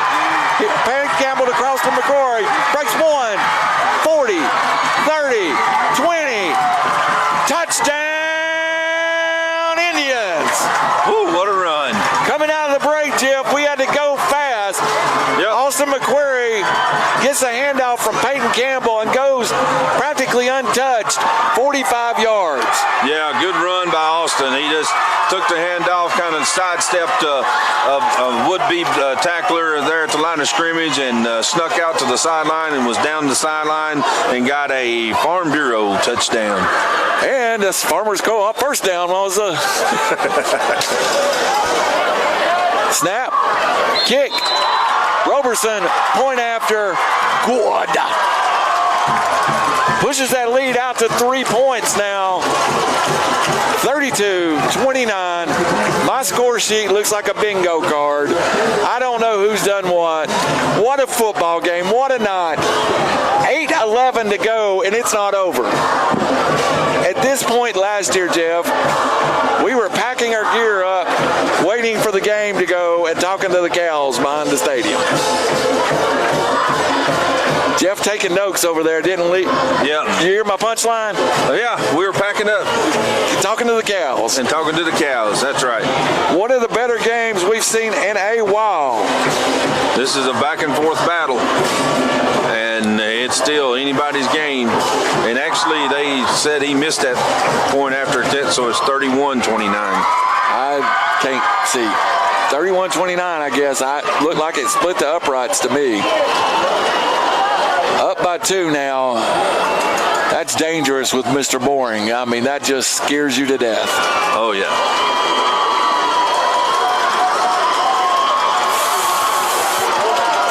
Roberson will kick it off from the 40. Back deep. Can't see if that's 3 or 13. If it's 13, it's Sweat. Yeah, it's Sweat back deep.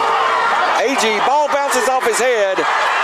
Tabor, take that back. Ball bounces off his head, picks it up at the 10, at the 15. Woo, that ball bounced around for a while. It did bounce around for a little bit, but good recovery by the young man. He scooped it up and tried to get what he could. Good coverage by the Indian kickoff team. They got down there, swarmed around, and got him for a minimal gain. And looks like Bledsoe County's going to start on their own 18-yard line. Let's get that correct. That was Boynton, 33 with the return. Yeah. Thomas, the freshman, back in. This time he's trailing by 2. 8:01 to go. Long field, 82 yards between him and a goal line. Snap. Receivers, hole, 5, into the secondary, 15, off tackle, gashed by Cadillac Seavers. Yeah, like I said on that last drive, Bledsoe County's found something on that right side over there. They're able to seal the tackles and the defensive end and give their running back some good creases over there. And just left side of the defense, right side of their offensive set. Left side of the defense, right side of their offensive set. They're moving them off the football. Move from the right to the left across your radio dial towards the scoreboard. Thomas, turn, and a hit in the backfield this time. Ball strip. The referee blows the play dead. Ball strip. Casey McDaniels is standing in the end zone. Should have been that's going to be called dead. The whistle was blown. I heard the whistle, but that was a little bit of a premature whistle in my opinion. Casey McDaniel strips the ball, come out of there with it. Standing in the end zone. We'll be back at 2nd and 9 now. Good play by Casey to get in there and get the football. Good play by Sequatchie County's defense regardless. You got to be proud of that play. They stood him up at the line of scrimmage and stopped him. I guess they had his forward momentum stopped. 2nd and 9. Thomas to Seavers. Patient running. Gain of 2. Hit. Breaks a tackle. Breaks another one. Cadillac is so hard to bring down. So hard to bring down. Sequatchie County had plenty of opportunities. He broke a couple of tackles over there, and it's 3rd down and about 5. So we'll see what the Warriors are going to do on this play. 6:38 to go in the 4th quarter. Trailing by 2, 31-29. The Warriors trail the Indians. 3rd, and we'll call it 5 from the 38. Snap it with 6:38. Big play. Big play. Wing T Hand it to Severs. Hit it the line of scrimmage and dropped. Austin Moffitt and Evan Griffin combined to stop him. Looks like Turner has injured, or Keener has injured himself. Take him off the field. 4th and 6 now. The Warriors look like they're going for it, Jeff. That's what it looks like. It's good defensive play by the Indians. Here's another opportunity right here. Thomas with Sweat and Severs in the backfield. I don't think they're calling a play here, Jeff. I think they're just trying to get somebody jumping. Thomas, there they goes too. Evan Griffin jumps. And immediately, that's going to be, if it's not the first down, it's 4th and inches.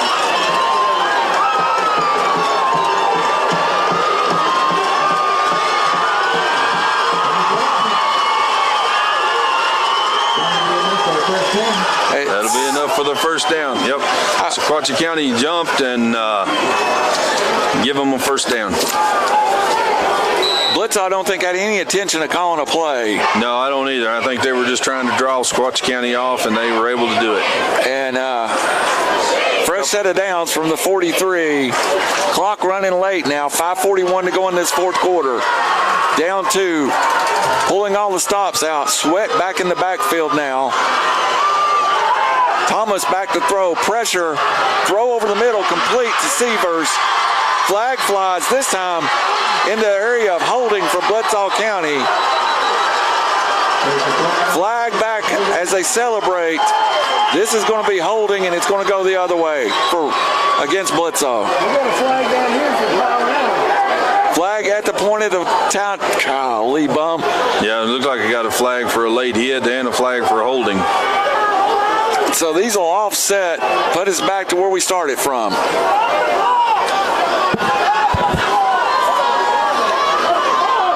As they discuss right now, flag at the 35, flag at the 40 was 1st and 10 from the 42. 4:45 to go.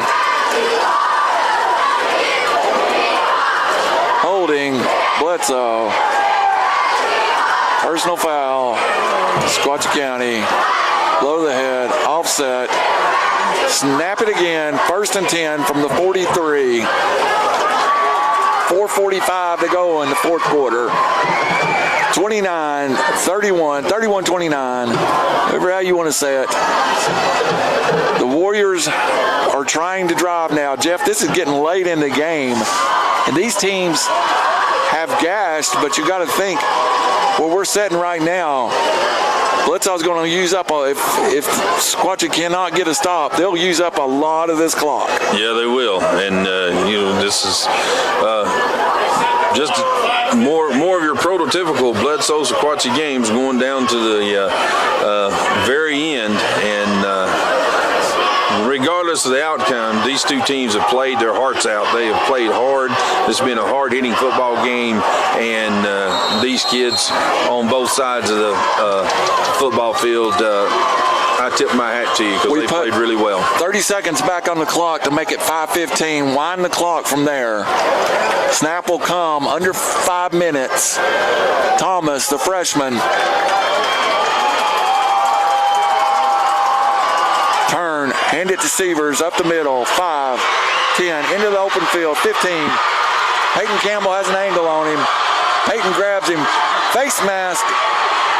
Face mask, was it called? Nope, was not called. Tackle, ball down at the 20-yard line. Yeah, just a big hole up the middle, and then the rest of it was Severs. He made a couple guys miss, did a little sidestep skip and took off, and Sequatchie is able to wrestle him down about the 20-yard line, 22-yard line, but good run by Severs. You're in Tristan Boring territory now, and it's what Coach Tabor wants to do. He can milk this clock, probably kick it with about a minute to go. Thomas will run the quarterback sneak straight up the middle for about 5. Yeah, just right now, Bledsoe County's offensive line is getting a really good push up the middle on Sequatchie County's defensive line and getting good yardage. He picked up about 7 or 8 that time. 4:01 to go. Football on the 15. 2nd and 3. Thomas will lead Severs and Sweat to the line of scrimmage. Hand it to Cadillac Severs. He's hit. I don't know if he has the first down there, Jeff. I think he's short by at least 2 yards. Yeah, I think so. Sequatchie County's defense kind of got a little penetration on that side that time and was able to really get him for minimal or no gain. 3rd and 2. Critical. The snap will come probably under 3 minutes, Jeff. This 31-29 game. Bledsoe's in no hurry. Thomas will come back to the field. Lead Tabor back to the field. I see Tabor, Sweat, and Severs on the field. 3rd and 2. Snap at 3 minutes. Thomas runs the sneak. I don't know. I don't know. He's real close. McDaniel's come out of there with the football. Or Turner. They say first down by 2 yards. Yep, I thought he crossed the 10-yard line. Yep, so it'll be 1st and goal on the 9. 1st and goal on the 9. Lay her down. Yeah, Boynton there, you just... At this point, you got to start wondering if Coach McIntyre, do you let them score? Nah. You play defense. 1st and 9. 2:40 to go now in the game. Thomas in no hurry. Snap it. Hand it to Severs. Breaks a tackle. Breaks 2. Down to the 2-yard line.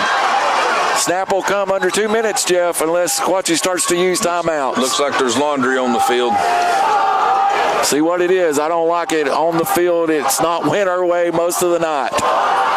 So this time it looks like holding Bledsoe County. So let's move on back to like the 12, wherever the penalty came. They're going to mark this off to it was 16, 17. Yeah, the flag come down around the 10-yard line. So let's call it the 18. 1st and 18. 1st and goal from the 18. Snap will come under a minute. Right at 2 minutes. Quarterback Thomas. This will be 1st down. Snap.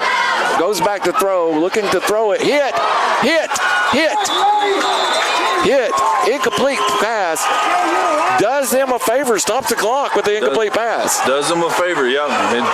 Sequatchie County got good pressure that time. Got both the tackles there was right in his face, and right about the time he was getting ready to throw it, hit him, and looked like one of Bledsoe's offensive linemen almost tried to catch it, but ball didn't go very far. 2:05 to go. 31-29. Bledsoe leads Sequatchie. Penalty fast second half. Severs Sweat in the backfield again with Thomas. Snap it. Severs is hit and dropped. Austin Moffitt comes on the blitz and hits him in the backfield for a 2-3-yard loss. Wow, what a play. That was, just a straight-up blitz, and Moffitt's coming through there untouched and caught Severs right when he got the football, and that's 3rd down. And 3rd down and 22. The field goal from where it's at now, Jeff, would be 39 yards. Yep. You got to think that Sequatchie's going to bring one more blitz, and then we're probably going to get a kick under 1 minute to go. Coach McIntyre not calling a timeout. Thomas got his wide receiver package in, looks to throw, hit in the backfield and drop. Again at the 30. Thomas is dropped. Field goal down becomes 47 yards. Yep. And you got a question. Even with Boring's leg, do you kick it? And Bledsoe County's letting the clock run under 1 minute. Yeah, good defense. defensive play by Sequatchie County there again. Just a straight up blitz off the corner. Nobody touched him, and the ball was in on top of the quarterback before he ever had a chance to turn around. Ball is placed at the 27. 7 yards back would put it at the 34. 10 yards in the end zone, 44. Looks like Blitzow County's going to let it go down to the last second and decide what they're going to do. Jeff, do they kick it with Boring, or do they go for it? I think they're going to kick it with Boring, it'd be my guess. That would be my guess. You attempt the field goal here. 31.9 seconds to go. Sequatchie County with 3 timeouts. You may want to, I don't know, do you hold them or do you freeze the kicker? You see what Bledsoe's going to do, and then you come out and you call timeout. 27, the ball on the 27-yard line, 44-yard field goal, or you throw it from the end zone with 31 seconds to go. I don't know that Sequatchie's convinced that they're going to kick it right now. Boring is in the huddle with the offense. Keith, and here it comes Tristan Boring to win the football game, possibly. We will snap it at the 27. The hold will come. Tees down at the 34. 44-yard field goal. If it's good, the Indians have 31 seconds. If it's no good, it's probably the ball game. Tristan Boring snaps down, bad snap, kicks up, line drive, short, no good, no good. The Indians dodge the bullet. Tristan Boring, the All-State kicker, misses the field goal, and Keith goes down on the play. Jeff, huge. This is what the rivalry games are all about. It was a little bit of a low snap. Sequatchie County got good pressure on him, and I don't know if anybody got a hand on the ball or not. I don't think the ball got set properly on the tee, Jeff. I don't ever think he got a clear shot at. No. Tristan Boring has more than enough leg to make that field goal. Yep. Yeah, I think the snap was a little bit low, and so Sequatchie County had good pressure, and I think they were just rushed. And even when it came out of there, you had to, for a moment I hesitated. I thought it's awful low, but he kicked it so hard you were wondering if it could somehow skip, but it lands about 8 yards short. Yep. Woo, Jeff, what a football game. It was a good football game. This is one of those games where you hate to see either team lose, because as I said before, these kids on both sides of the ball have played their guts out tonight. They've played a well of a football game. The Indians will get out of here with the victory in the Battle of the Stump, celebrating. I'm getting a big old hug over here. 1st and 10. From your Hickson Wildcat? My Hickson Wildcat that loves the Sequatchie County Indians. We'll snap the ball at the 20. Bledsoe could call one timeout. Victory formation. Peyton Campbell runs around, takes a knee. See if Bledsoe will call that timeout. They will not. The clock, Indians don't have to snap it again, is under 10 seconds. Listen to the crowd. The Indians have held off the valiant charge from the Bledsoe County Warriors to take the stump back after losing it last year to Bledsoe County. Sequatchie County 31, Bledsoe County 29. Pandemonium reigns. Whew, what a ball game.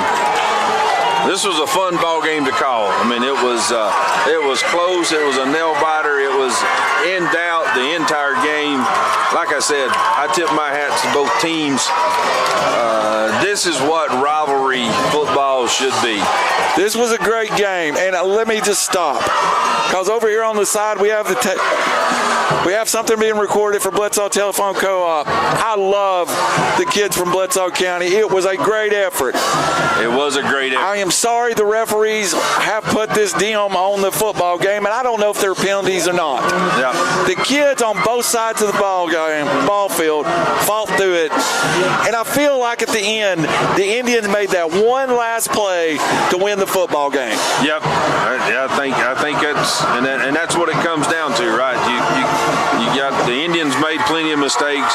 Bledsoe made a few mistakes, and it was a hard-fought football game, and my hat's off to both teams, because those kids fought their hearts out tonight. Both sides fought their heart out. To the spoils go the victory. The student body of Sequatchie County High School is now on the field with the Indians football team. Tough night, a very beat up but valiant effort by the Warriors. Cadillac Sievers, as we see walk off the field for the last time, has played in his 4 battle for the stumps and represented himself very well in his 4 years. The stump, there it is, presented to Sequatchie County High School. Coach McIntyre in his first year brings it home. It was everything we thought it would be, Jeff. It was everything we thought it would be. And now you know why I didn't want to make a call on it, because I knew this game was going to be close. I can say that now that it's over. But in my lifetime, in my history, this is one of the best ones. This goes down as one of the good ones. And like I said, I've played in this game, and my brothers have played in this game, and every time, 9 times out of 10, this is how those football games go. A nail biter all the way down to the very end. And like I said, my hat's off to both teams. Bledsoe County, those kids fought hard. Sequatchie County, those kids fought hard. It was a really well-played football game. There was a few penalties. You expect a few penalties in a rivalry game, but a good job. Excellent football game to call. Stephen, you're going to have to give us a 2-minute break here, because we're going to need a minute to get ourselves together. Back in 2 minutes on Country Roads 93.3 with Indian football. Got you on break. Man, that was a good game. That was craziness, man. Yeah, them boys deserve that one. Oh, yeah. What a war over the last 5 minutes. Yes, it was. Hopefully everybody goes home and nobody fights out in the parking lot. No. You know what? The kids had more class than some of the adults. I'll just say that. Yep. Yeah. I know South Pittsburgh wanted to fight. Yeah, this was. It was definitely emotional, and I don't know if we can make it long. I'm spent, but let's get around and do the pregame. We got to name a player of the game too. Yep. Hey, let's name it to the senior class. Senior class? Yeah. We'll name it. We'll give it to the senior class. Yep. I'm good with that.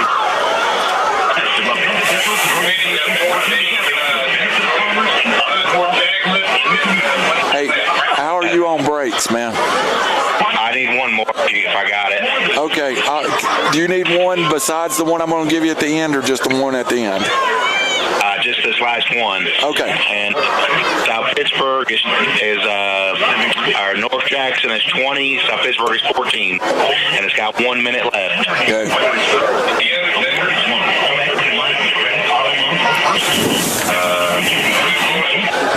Root for those kids too. Yep. Whitwell and Red Boiling Springs is 58-14. Whitwell. All right, go Whitwell. Go Whitwell.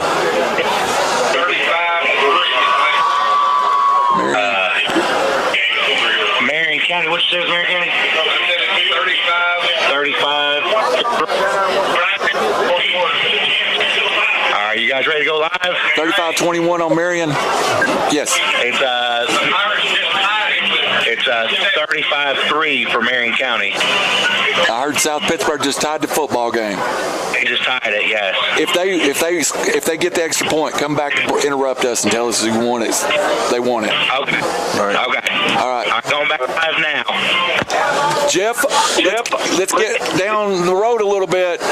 Under 1 minute to go. South Pittsburgh just scored to tie North Jackson. 20-20. 20-20. We've got Steven that's going to break into the broadcast if they get their extra point. Yes, and I don't have my scoring legend. I threw it away. Yeah. I don't know what happened. Yeah. I know we won the football game. The Indians won the football game, and I'm sorry for the folks on BTC. We are normally the Indian Network. We call this on.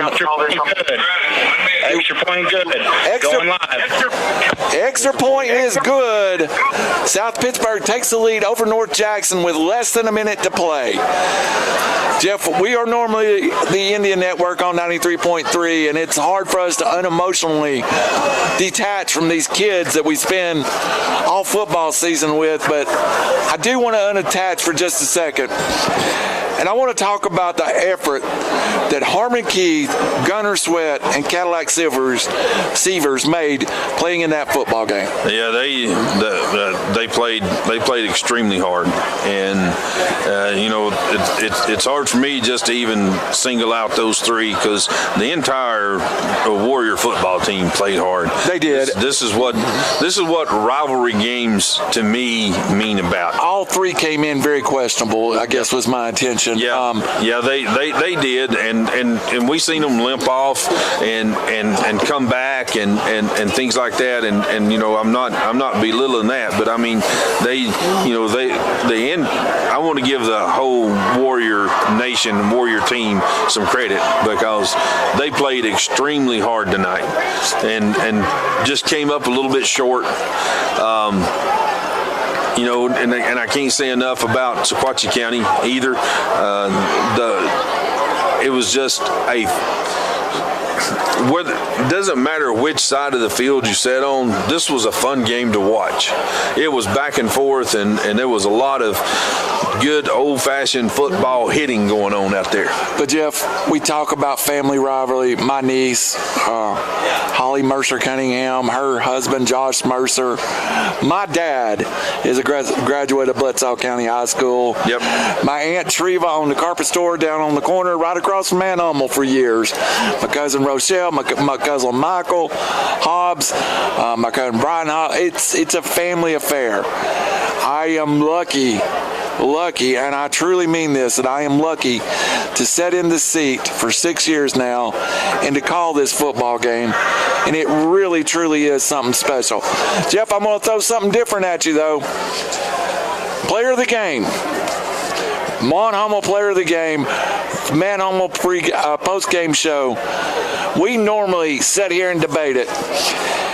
This senior class as juniors were kind of just manhandled up at Pikeville. Yep.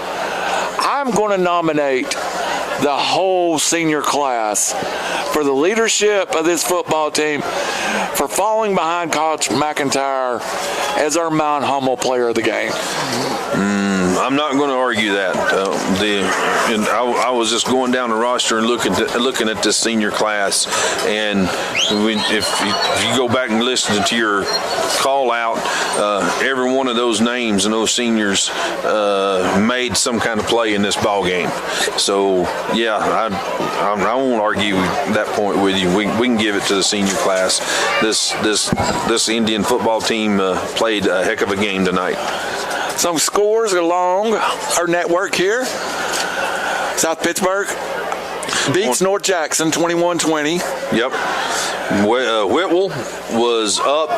I don't know if that's the final yet, but they were up big 58-14 over Red Bowling Springs. And also in our network, sister network, Marion County was up 35-3. Over, was it Forest? Forest. So we want to thank Bledsoe Telephone Co-op, our friend Ethan, who is always great to us. Ethan is a friend, a supporter. Jeff, I'm telling you now, I'm not sure we're sitting in these seats now with what we have if it wasn't for Ethan first saying, We'll get you guys started. Yep. Lent us equipment, did everything. Folks, Bledsoe Telephone Co-op are your friends. And thank you for helping us produce this on Channel 18 tonight. A special thanks to Matt Hummel, Fraley Hardware, Lodge Cast Iron, Sequatchie Farmers Co-op, Jason Lewis Automotive, Citizen Tri-County Bank, Chattanooga State, Hospice of Chattanooga, Sequatchie Valley Electric Co-op, Park Ridge West Hospital, Campbell Tree Service, Harbin Automotive, Citizens, I've already said that one, Max Fit, and Farm Bureau. You make it possible for us to be here. That's exactly right. You make it possible for us to talk about these young men from both sides of the field. And I don't want to wax emotional here, but Jeff, when we walk in to work Monday morning, we're going to have parents from both of these schools as co-workers. Yes, we are, and it's always fun. And you talk about it, of being a family affair. Well, both my parents went to Bledsoe County. Me and my brothers went to Bledsoe County. We played in this football game. I know what kind of emotion goes into this game. So, I say this was a really enjoyable game to watch. It was back and forth, and to me, it's the epitome of what high school football is. These kids played their hearts out on both sides of the football, and the Indians came up on top tonight, but, the Warriors had to stump last year.